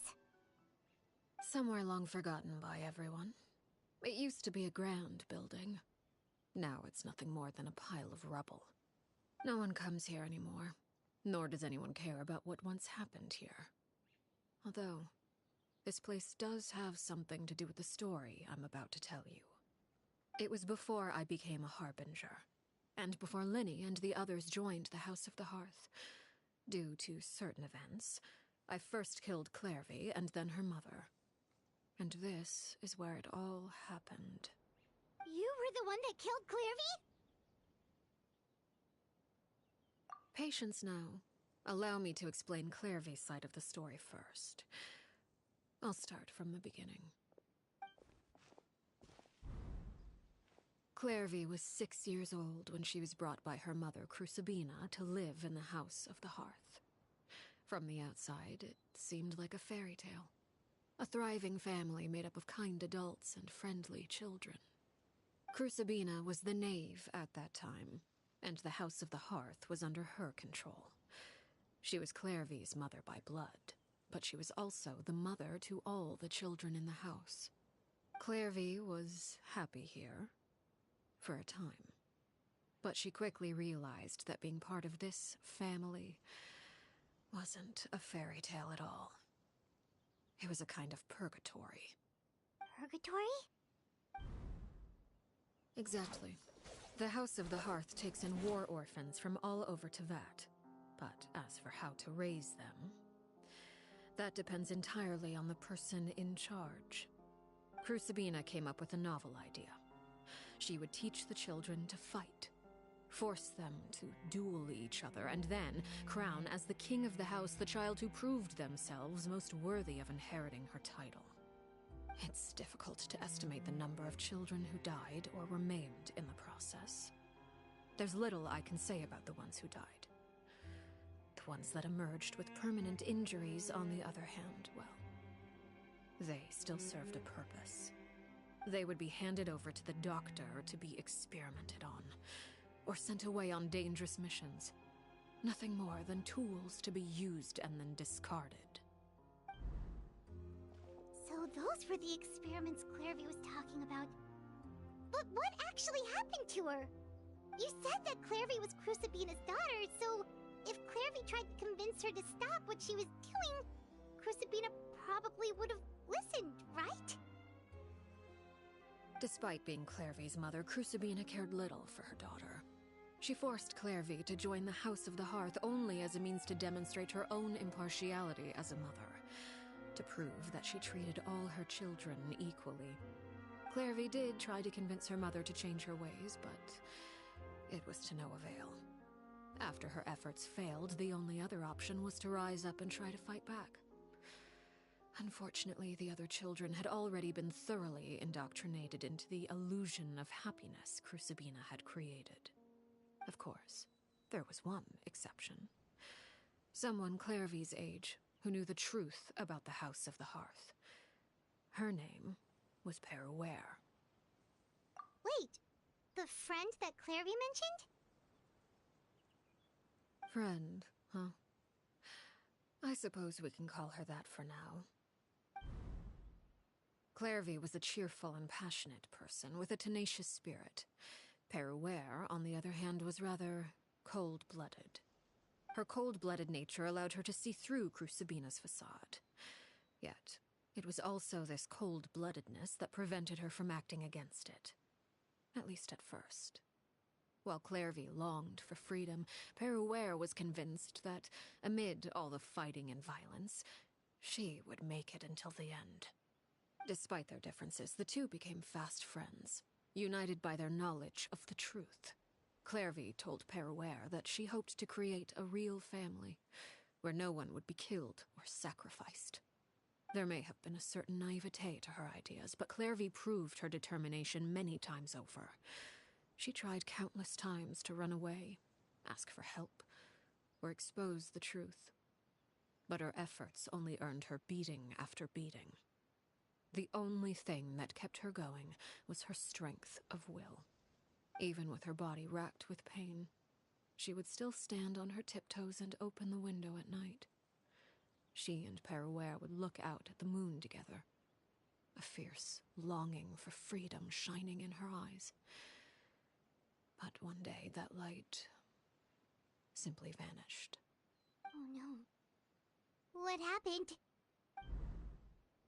Her hopelessness resulted from a culmination of things. 10 years had passed. 10 years worth of failure after failure. She and Peruere weren't children anymore, but finding any chance to escape still seemed as hopeless as ever. It was during this time that Peruere suggested a new plan. If escaping was out of the question, why not take down the very person sitting on top of this throne of lies? Mother herself. Clairvy rejected that proposal. She claimed that, as a famous harbinger, Crucibina possessed an unimaginable amount of power. Trying to kill her would have an incredibly low chance of success. Clairvy never gave another reason, but Peruere could see it written all over her face. Clairvy still thought of Crucibina as her mother. Killing her own flesh and blood was a line she couldn't bring herself to cross. If she couldn't escape and fight back, then only one option remained. Precisely. Death was the only way that she felt she could be free. It happened during a duel. When she arrived at the dueling ring that day, her partner turned out to be none other than Peruere, the very person that had stood by her side all those years. It was a fierce battle, but ultimately, Clairvy decided to let Peruere end her life. From that moment on, Peruere's journey was one written in flames. When the rain finally came and washed it all away, there she stood, the sole victor in Mother's endless game of slaughter. A trail of corpses strewn across her path to success. It was the very result she had predicted 10 years prior. Even then, she believed she would make it until the end. She wasn't surprised by the fact that she emerged as Mother's undisputed heir. Rather, her success left her with an inexplicable sense of restlessness. She was unsettled, and there was only one thing that could quell that sensation. Perhaps you two would like to take a guess as to what it was? Who's Sabina, you mean? But... Correct. This is the place where Peruware killed her best friend. A mere year later, this is also the place where she fought tooth and nail to kill the mother they shared. The moment she acted, any conception of what was right or wrong ceased to matter. It's one of the principles of the house. Only those who survive get to write the rules. Peruware won the battle, and became a harbinger herself. After which Her Majesty, the Tsaritsa, bestowed upon her a new name. Arlecchino. So the Perry Clairvy was talking about... It was you all along. You're Peruware. Arlecchino is just a name you got later. I left that name behind long ago. I must say, hearing it now does bring back memories. After I defeated Crucibina, the moniker of Mother died with her. I chose to forego the title she called herself, and even chose to give up my own name. I rebuilt the House of the Hearth under a new identity. Not only as Arlecchino, but as father. And that is where the story ends. Any more questions?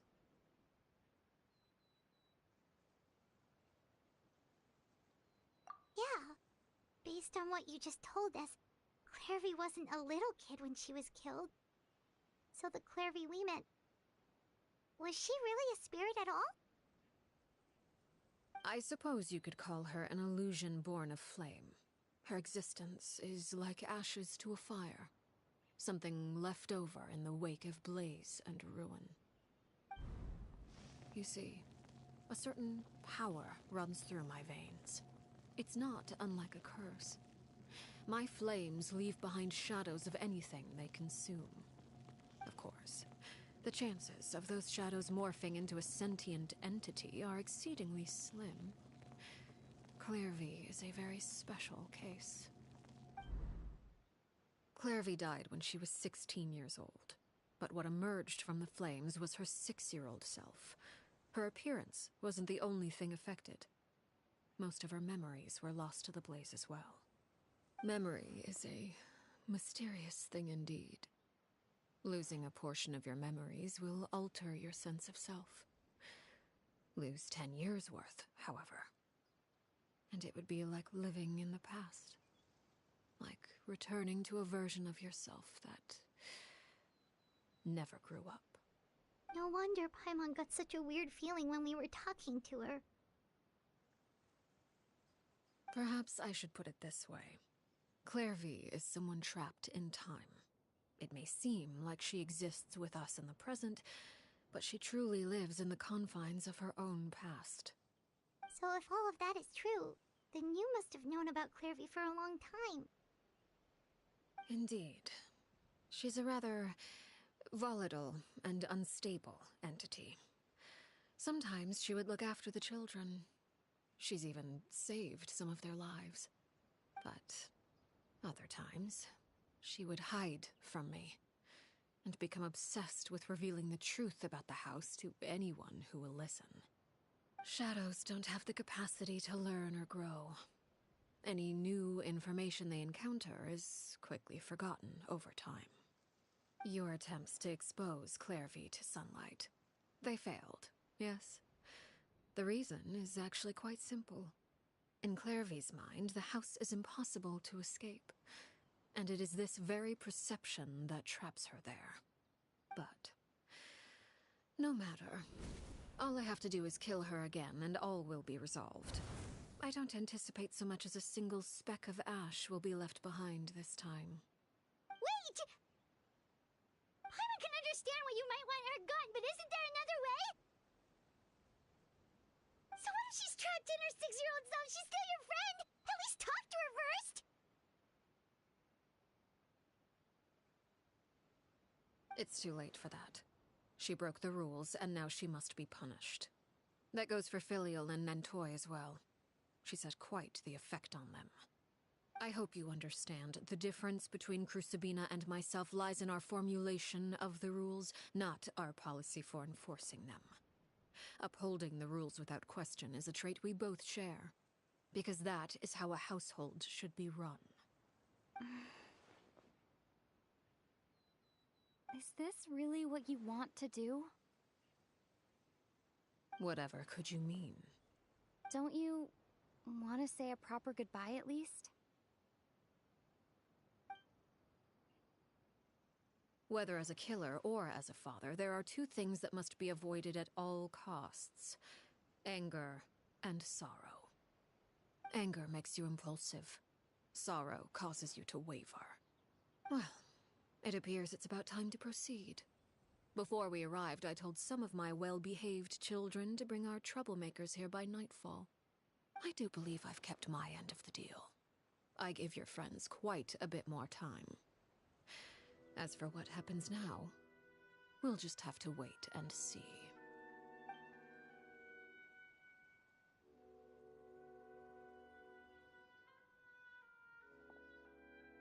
Here they are, Father.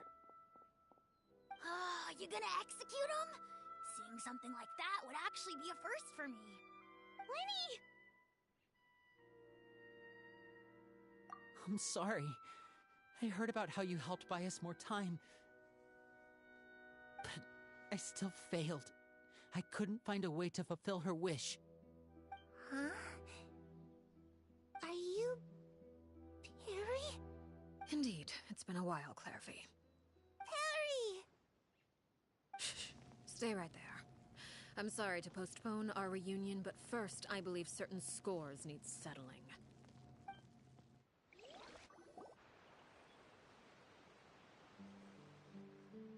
Father, let me explain.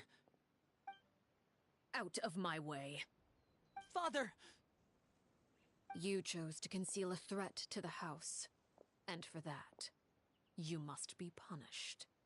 Overall, however, I suppose your wrongdoing is hardly the most egregious of the bunch, so I'll deal with your punishments later. As for right now, the more pressing concerns are the traitors among us. By traitors? Do you mean us? Father, let me explain. We didn't mean to... Fultz, why don't you share what you heard? Yes, Father.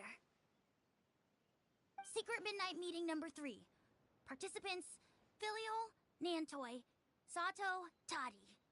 Nantoy clearly said, "If only Father wasn't the one who took us in." Sato added, "I'm sick of this life.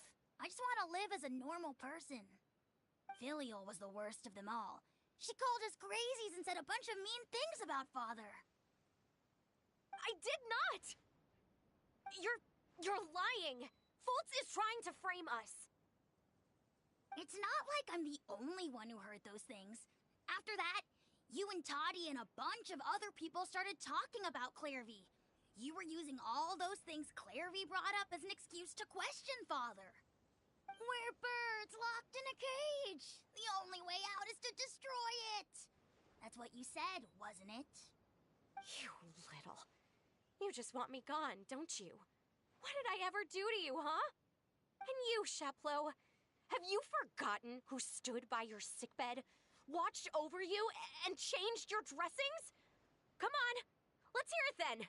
What's your reason for all this?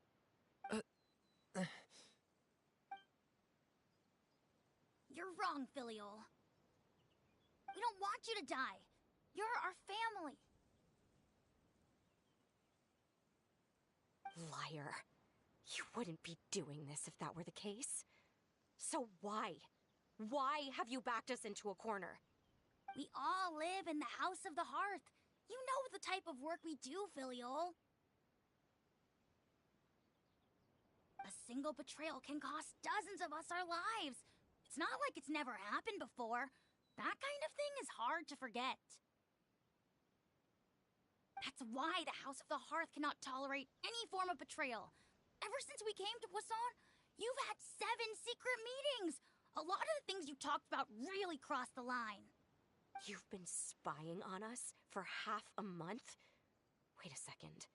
Now that I think about it, the move to Poisson was just a way to make it easier to spy on us, wasn't it?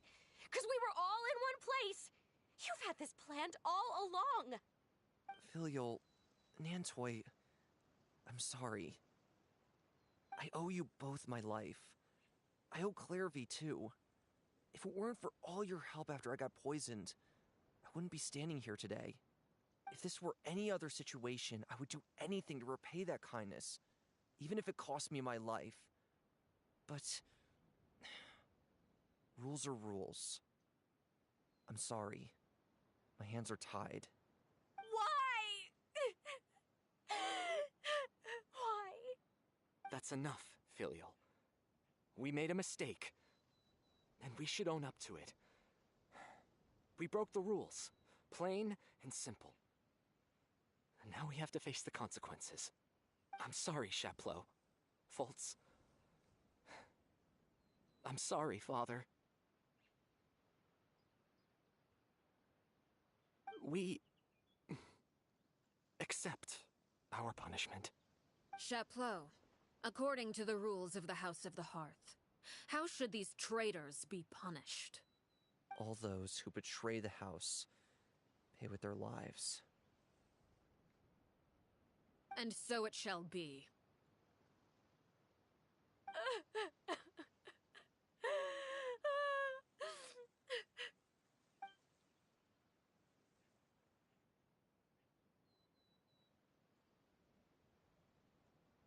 Father, please wait! Something you want to say, Lyney? Please reconsider, Father. What Filial and the others did, does it really count as betrayal? We all come from broken families. From the very first day we joined the House of the Hearth, we wanted nothing more than to make it a real home. But the truth is, none of us know what a real home should look like. I'm not saying I have all the answers. All I know is this. Killing Filial and the others may uphold the rules, but doing so will only bring us further away from being a real family than we've ever been. So please, Father, please, reconsider. I agree with Lyney. Father, please. Lyney, you...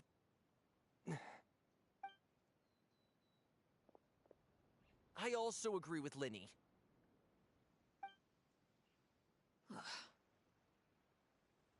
An order once given cannot be rescinded. However, given the extent of your determination, I suppose we shall have to go about this a different way. Draw your weapons and face me. Our weapons? Father, are you referring to a duel? Precisely. The rules of the house will not be altered. Traitors must be punished. However, resolving disputes with a duel is also one of our rules, one that also applies to me. Demonstrate a sufficient showing of strength, and I shall offer a concession. Wait. Beat Father in a duel? Impossible. Father is way too strong, even for Lyney.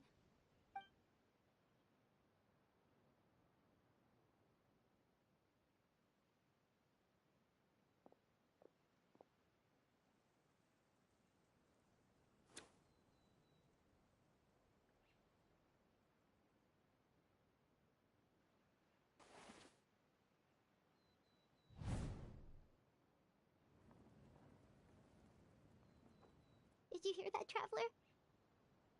Lyney and the others have to duel the knave. What should we do? Can they really win something like that? If they lose, those people from the house are really gonna be executed. Hey, are you listening?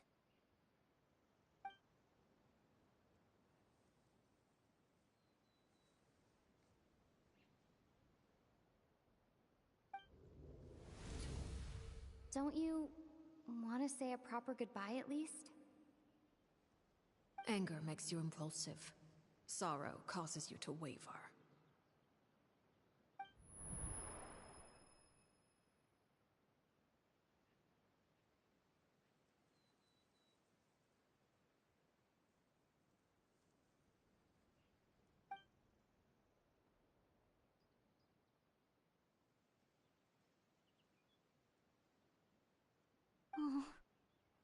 Looking at that expression on her face, she seems really serious about this.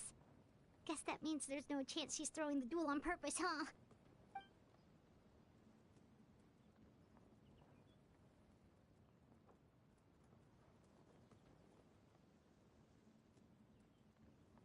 When guests are around, families are often on their best behavior. And any disputes are less likely to escalate. When the time comes, make the choice that you deem most appropriate in the situation, and lend your help to the House of the Hearth. What's wrong, Traveler? Hey, where are you going? Traveler?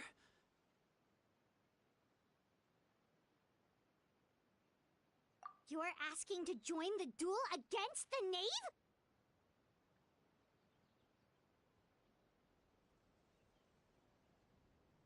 I'll allow it.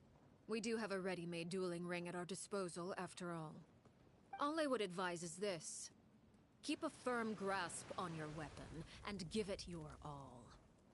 Any less, and you may just lose your life.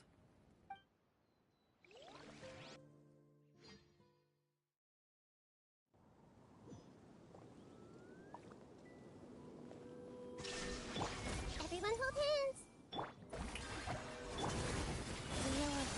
Is it my turn now? With these Make yourself rising a move. flames! Time to shine! Sacred name, fortune... Watch out for Father's movements! Now that's more like it. With the fall of darkness, destruction shall rise.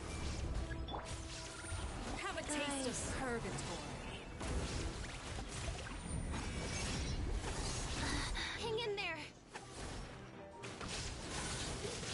Master? Now you shall perish! Grow!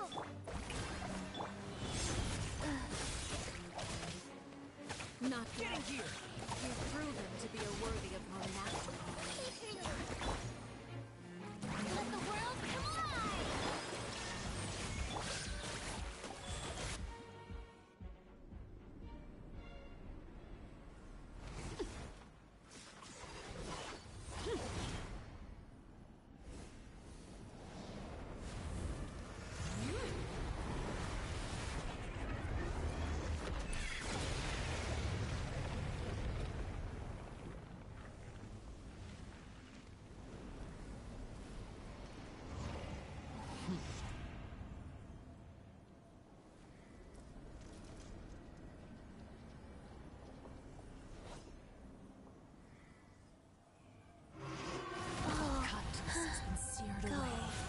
My blade is all that remains. Commit it to memory. Shine down. Now for chance. Over here.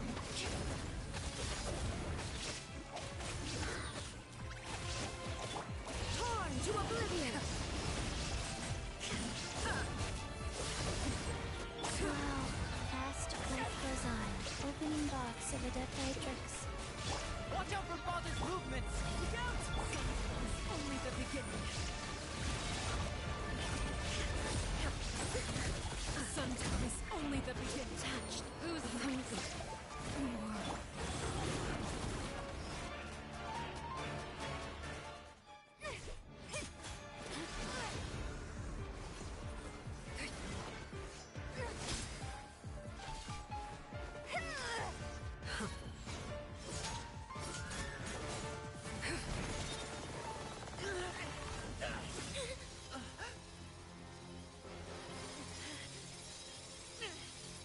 You should know better than to crowd in one place.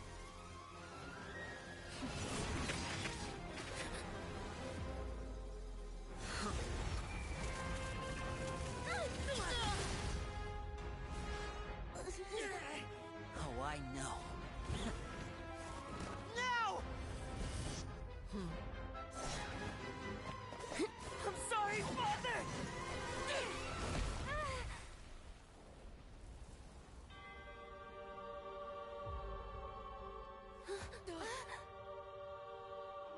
Sorry for what? This pitiful excuse for an attack.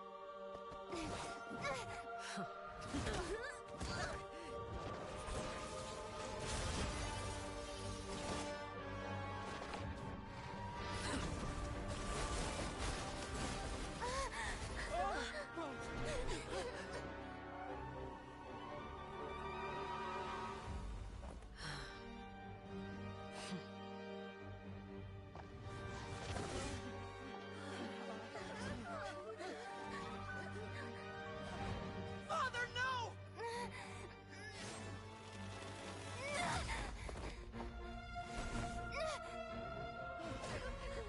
Made it out, did you?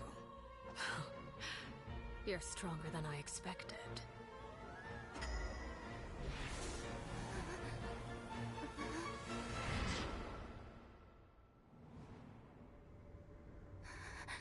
A crimson moon. I can't move.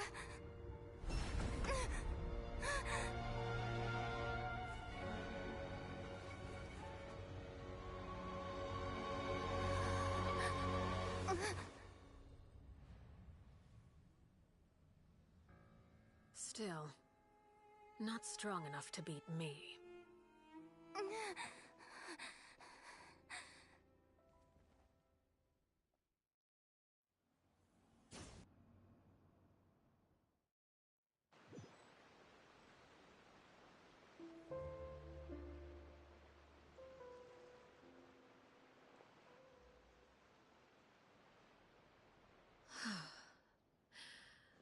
I believe we can end things here. It's not often that we get to enjoy the company of guests, after all. We wouldn't want things to get too out of hand. Brother, are you all right? Lyney! Given that I am the victor of this duel, as agreed, the punishment stands. No! I never thought things would end like this. However, everyone involved in the duel demonstrated a remarkable level of strength and determination. In light of this, I'm prepared to change the method of execution. Elwar, the bottled flames I gave you for safekeeping. Do you still have them? Yes? I wasn't sure what they were for, but I've kept them super safe. I didn't lose a single one. Wonderful. Then, in just a moment, I'll have you administer them. Bottled flames? Indeed. They're the product of a secret experiment. Under certain special circumstances, flames can be extracted from my person and preserved. Once ingested, searing pain will spread across every inch of your body. No harm will come to you physically, but your memories will be burned away. If you can withstand the pain. When you awake, you'll have forgotten everything you know about the House of the Hearth, and will be expelled from the organization. In other words, administering this concoction will kill the version of you that grew up in the house, and give you a new identity.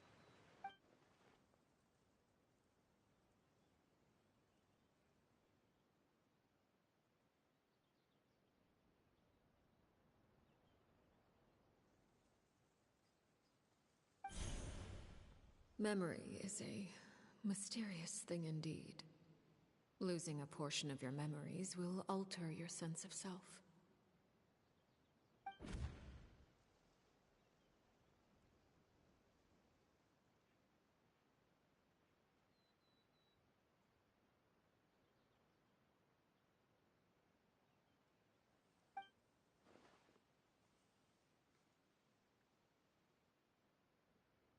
So, you're just letting us go, Father?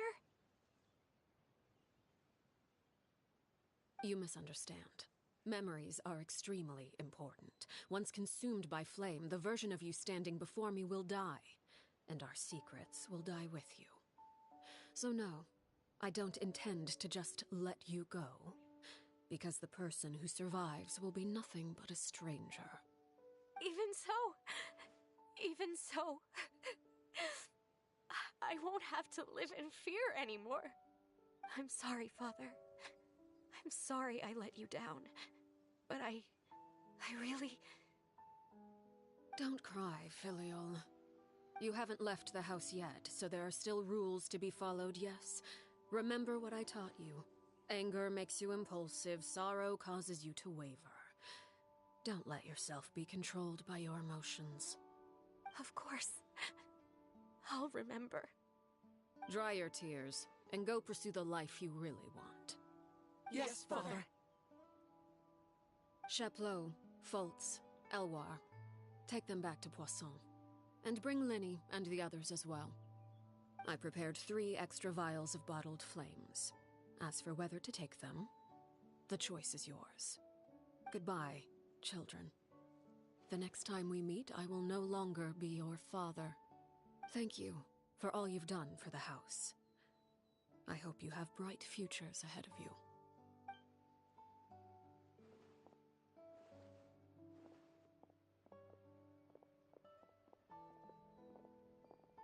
Father.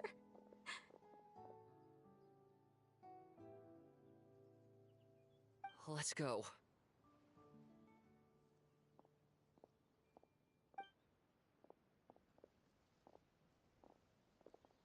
Here, grab my arm, Lyney. I'll help you walk back. Thank you.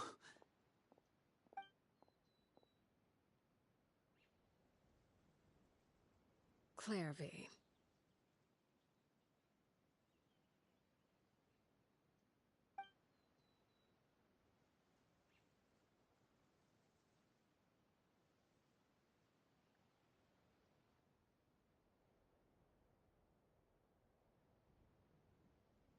Can we talk now?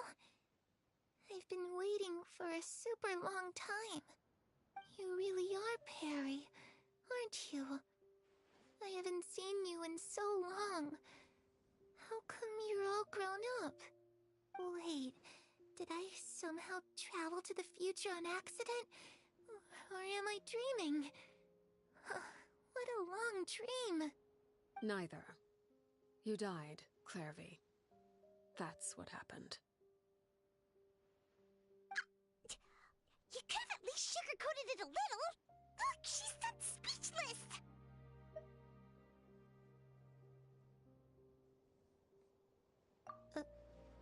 Oh. Okay then. Huh? That's it? You accepted it just like that? Yep. If that's what Perry says happened, then I believe her. Perry wouldn't lie to me. Plus, I don't really need to know why I'm like this.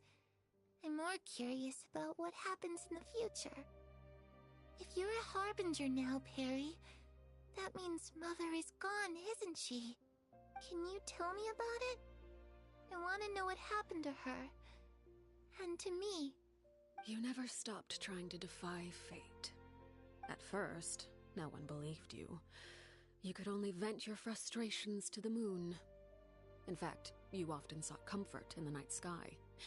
You wanted to see the aurora, so one night we promised each other we would go to Snezhnaya to see it together. Later on, you tried to run away, but you were brought back each time. Mother spared your life, but it wasn't out of kindness. Instead, she decided to make an example of you by slowly torturing you over time. That way, the other children would know what happens to traitors. Still, you never gave up. Mother hoped that through ruthless duel after ruthless duel, she would be able to crown an ultimate victor among the children she raised. But you called on everyone to unite, to fight to a draw in order to reduce casualties. Your efforts may have only delayed the inevitable, but still. You gave them hope. You tried everything you could think of, but every attempt ended in failure. Still, you never turned your sword on Crucibina, and you never turned it on me. On that gloomy day, you told me, "For the last 16 years of my life, I've done everything I can to fight for freedom. But now, I realize that the only freedom I truly possess is the freedom to choose to die." I never imagined I would say something like that. I must have been feeling really worn down. But somehow, I still think I understand. According to Mother's plan, only one of us was going to make it until the end. And I always hoped that person would be you. If I could do it all over again, I still don't think I would make a different choice. Even when I first met you, I knew you'd be able to do what I couldn't. Is that so? Even now, I'm not sure I truly understand what kind of freedom you were trying to pursue. But as the head of the House of the Hearth, and as the children's father, I've tried to give them the most basic of freedoms. The freedom to choose their own fate. It's something I discussed with the Iudex of Fontaine. The children who want to leave the house will have their memories wiped clean of all secrets pertaining to the organization. In return, they will be allowed to live a normal life in Fontaine without being prosecuted for their past. Of course, I won't simply hand freedom to them on a silver platter. They have to fight for it and prove themselves worthy of it. Only freedom that is earned has true value. That's more than enough. That's exactly the kind of life I was fighting for. You know, Perry, I think you're a pretty amazing king, and a really great father, too. I'm really happy that you're the one who took over the house. I guess I do have one regret, though. I still haven't seen the outside world. Well, it just so happens that our dear guests over here have been to many nations and traveled to countless places. Perhaps they would be willing to tell you what the outside world is like. Really? Of course! We've traveled all over the place. We've got so many stories, we could probably talk your ears off for 3 days straight!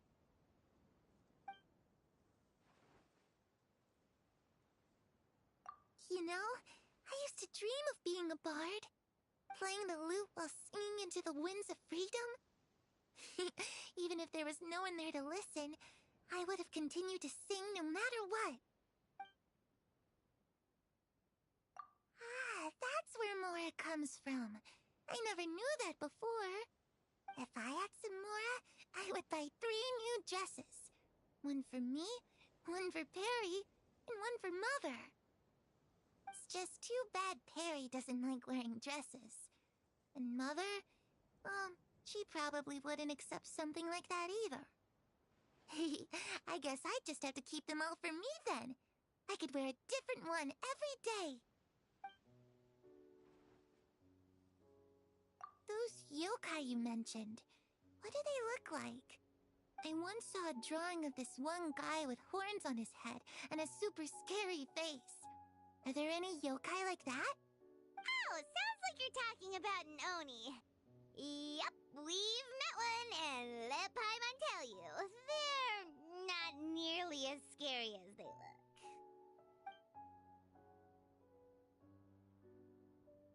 I was always too afraid to skip Mother's fighting lessons. But at the academia, I bet you could do all sorts of secret things in class. Things that have nothing to do with studying. I'm just kidding. Being able to study whatever you want without having to fear for your life actually sounds pretty great.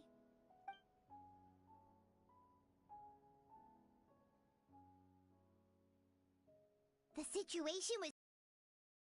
Lenny and Lynette were accused of committing a crime, and they were going to have to stand trial at the Opera Epicles.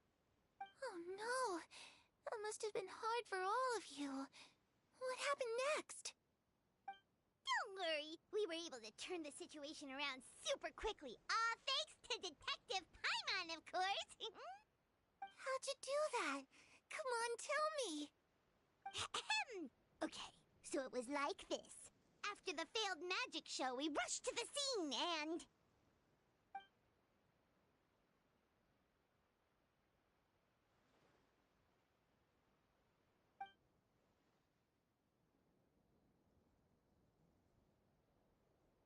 Shadows don't have the capacity to learn or grow. Any new information they encounter is quickly forgotten over time.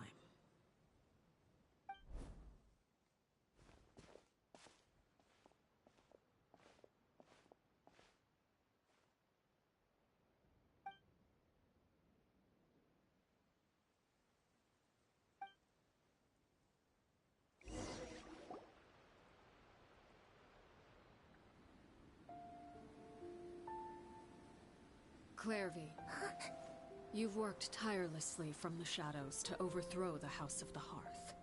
Now, by my authority as the Knave, I shall announce how this matter ends. You are hereby expelled from the House of the Hearth. You are no longer tied to this place, nor are you bound by its rules. You're saying that I can finally leave? I get to experience the outside world as well? Oh, I almost forgot. There's no getting older for me. Still, seeing who you grew up to be makes me really happy, Parallel. Take care of yourself. Goodbye. May we meet again someday.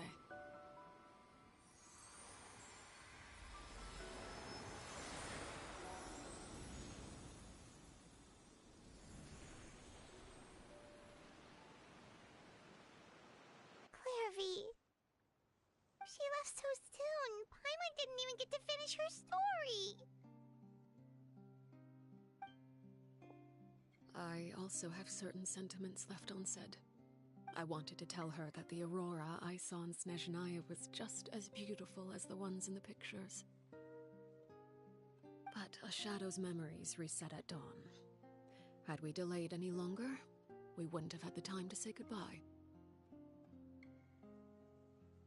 Whatever regrets may linger, let them be lost to the coming of a new day. Father? It's Lyney! Hey, Lyney!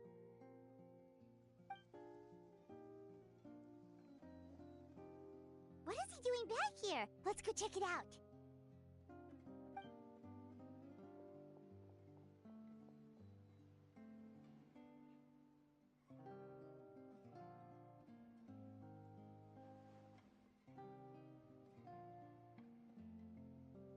Father, the bottled flames have been administered. Filial and the others have left the house. And you? What have you decided? Thank you for giving us that choice, Father. But we never wanted to leave the house. It's the only home we've ever known. Lynette and Freminet feel the same way. They're recuperating back at the Hotel Bouffe d'Été. But I decided to come back and tell you where we stood. I'm sure you're well aware of the expectations I have for you.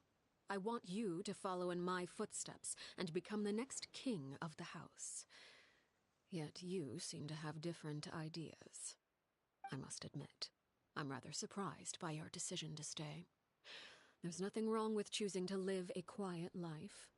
Leading this organization is a heavy responsibility, one not so easily carried by someone forced onto the throne. I just never understood what you saw in me. What made you believe I was deserving of that throne? You're brave, talented, and, most importantly, you cherish your family. You would do anything to protect them, even if it costs you your life.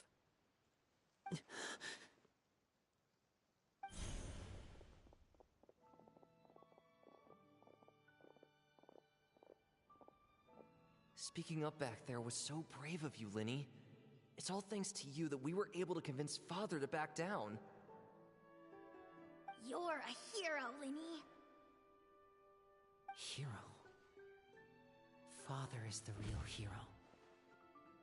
Had Father gone all out during the duel, there's no way I would have walked away with my life.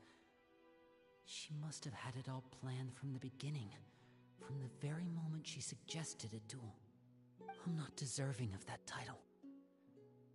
I'm not strong enough or smart enough. You're wrong. In my opinion, all you need to be deserving of the throne is conviction and the necessary strength to act on it. We may have different ideas of what it means to be a family, but you can hardly be said to lack conviction. What you truly lack is strength. For someone of your talent, though, that's something that will come with time. Even without that strength, you still chose to face me in a duel, even though the odds were stacked against you. That capacity to honor your convictions is what I truly see in you. Father. No one knows what the future holds, what tragedy or triumph may be in store. Being at the head of this organization requires the strength of will to face whatever comes. Caution will only hold you back. If reaching a certain standard were required to go after what you want, I would never have succeeded in killing my predecessor. Back then, there was still a considerable gap between our abilities.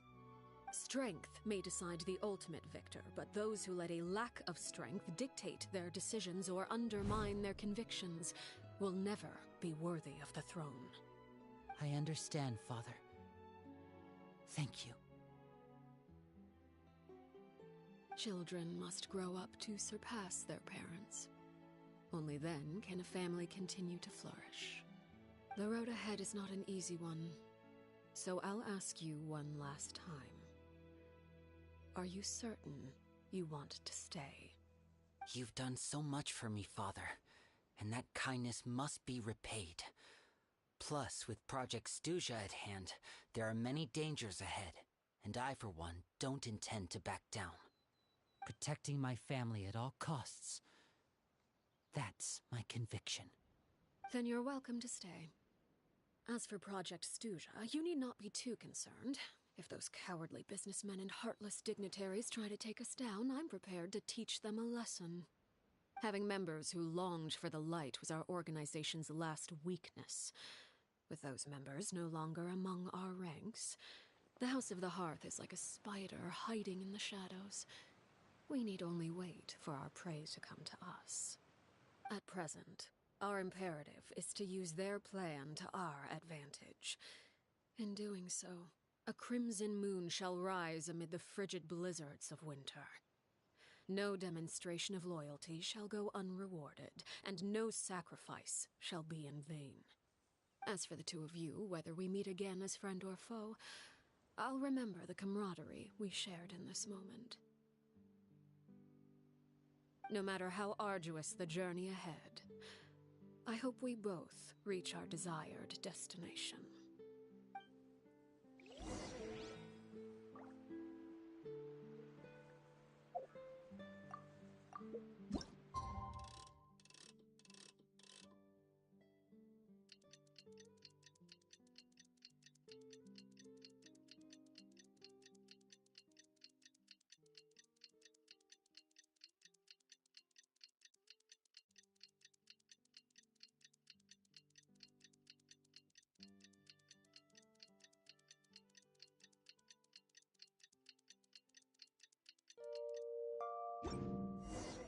Didn't Linny say that Lynette and Fremine were recovering at the Hotel Bouffe d'été? Oh, Paimon wonders how they're doing. Maybe we should go check on them. Another rude lout. Wheel of Life. Commit to memory. Shower me with praise! Let my name echo in song! Share my knowledge. Faster.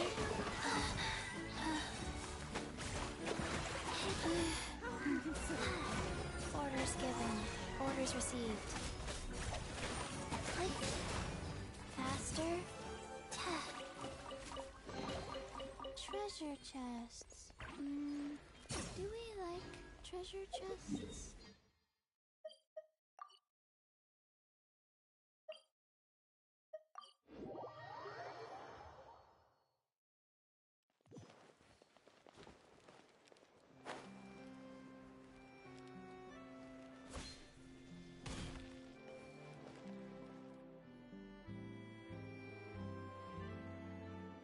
Lynette, Fremine, how are you feeling? Much better. Whew, what a relief. What about you? Are you feeling all right?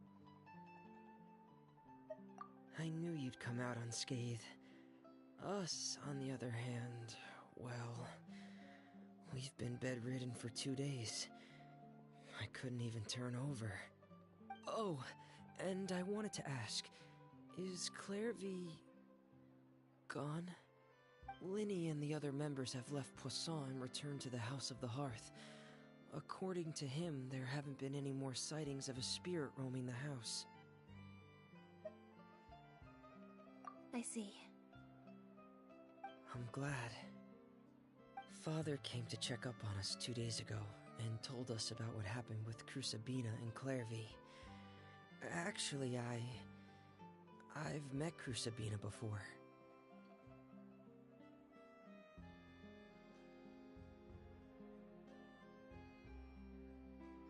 Wait, what? You've met the former knave?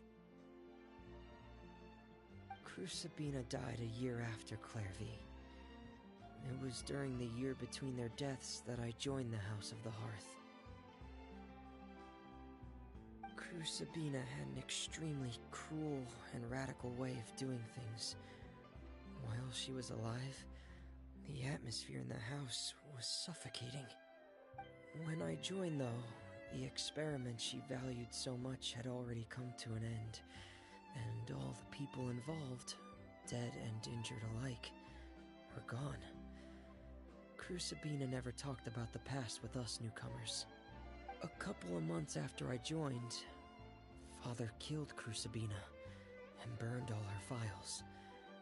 With that, the names of all the people subjected to her experiments, Clairvy included, were lost to the flames, along with the painful memories they represented. Father took in Lenny and me a couple months after that, but she never mentioned anything about Crusabina or Clairvy. It really seems like something she was planning to keep to herself. The last time you talked to her, did she mention why she kept it a secret for so long? She said she didn't want us to be affected by the darkness of the past. She was worried we'd develop a false sense of gratitude towards her if we knew about it. The foundation of a family should be free of any corrupting influence. Whatever happened in the past, it has nothing to do with who we are now. And that's what Father told us in the end. But I still thanked her for everything. It was only after hearing about what Crusabina did that I finally realized how insignificant our lives could have been. The members of the house meant nothing to her. To say that she valued them in any way, even just as a tool, would probably be giving her too much credit. If Father hadn't taken over the House of the Hearth, I probably would have already... Father rarely brings up the fact that she saved us. She doesn't believe that being indebted to her should be what ties us together. But even if we didn't owe her anything, we would still choose to stay. Because this is our home. We may have arguments or times when we feel wronged. Some people may even choose to leave. But as long as Father is here, we will always have a home. Whether the path before us is bathed in sunlight or shrouded in shadow, we'll follow Father wherever she chooses to go. So I wanted to say thank you for helping us make it through this crisis. Without your help, we could have lost a lot more along the way. Oh, we didn't do anything, really.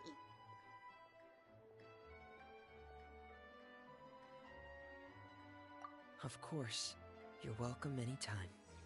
Are Filial and Nantoy okay? I actually saw them at a cafe this morning.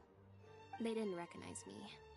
From what I could tell, they were drinking coffee and talking about one of the operas that started running recently. They seemed happy. If I had to take a guess, I would say they finally found the kind of life they always wished for.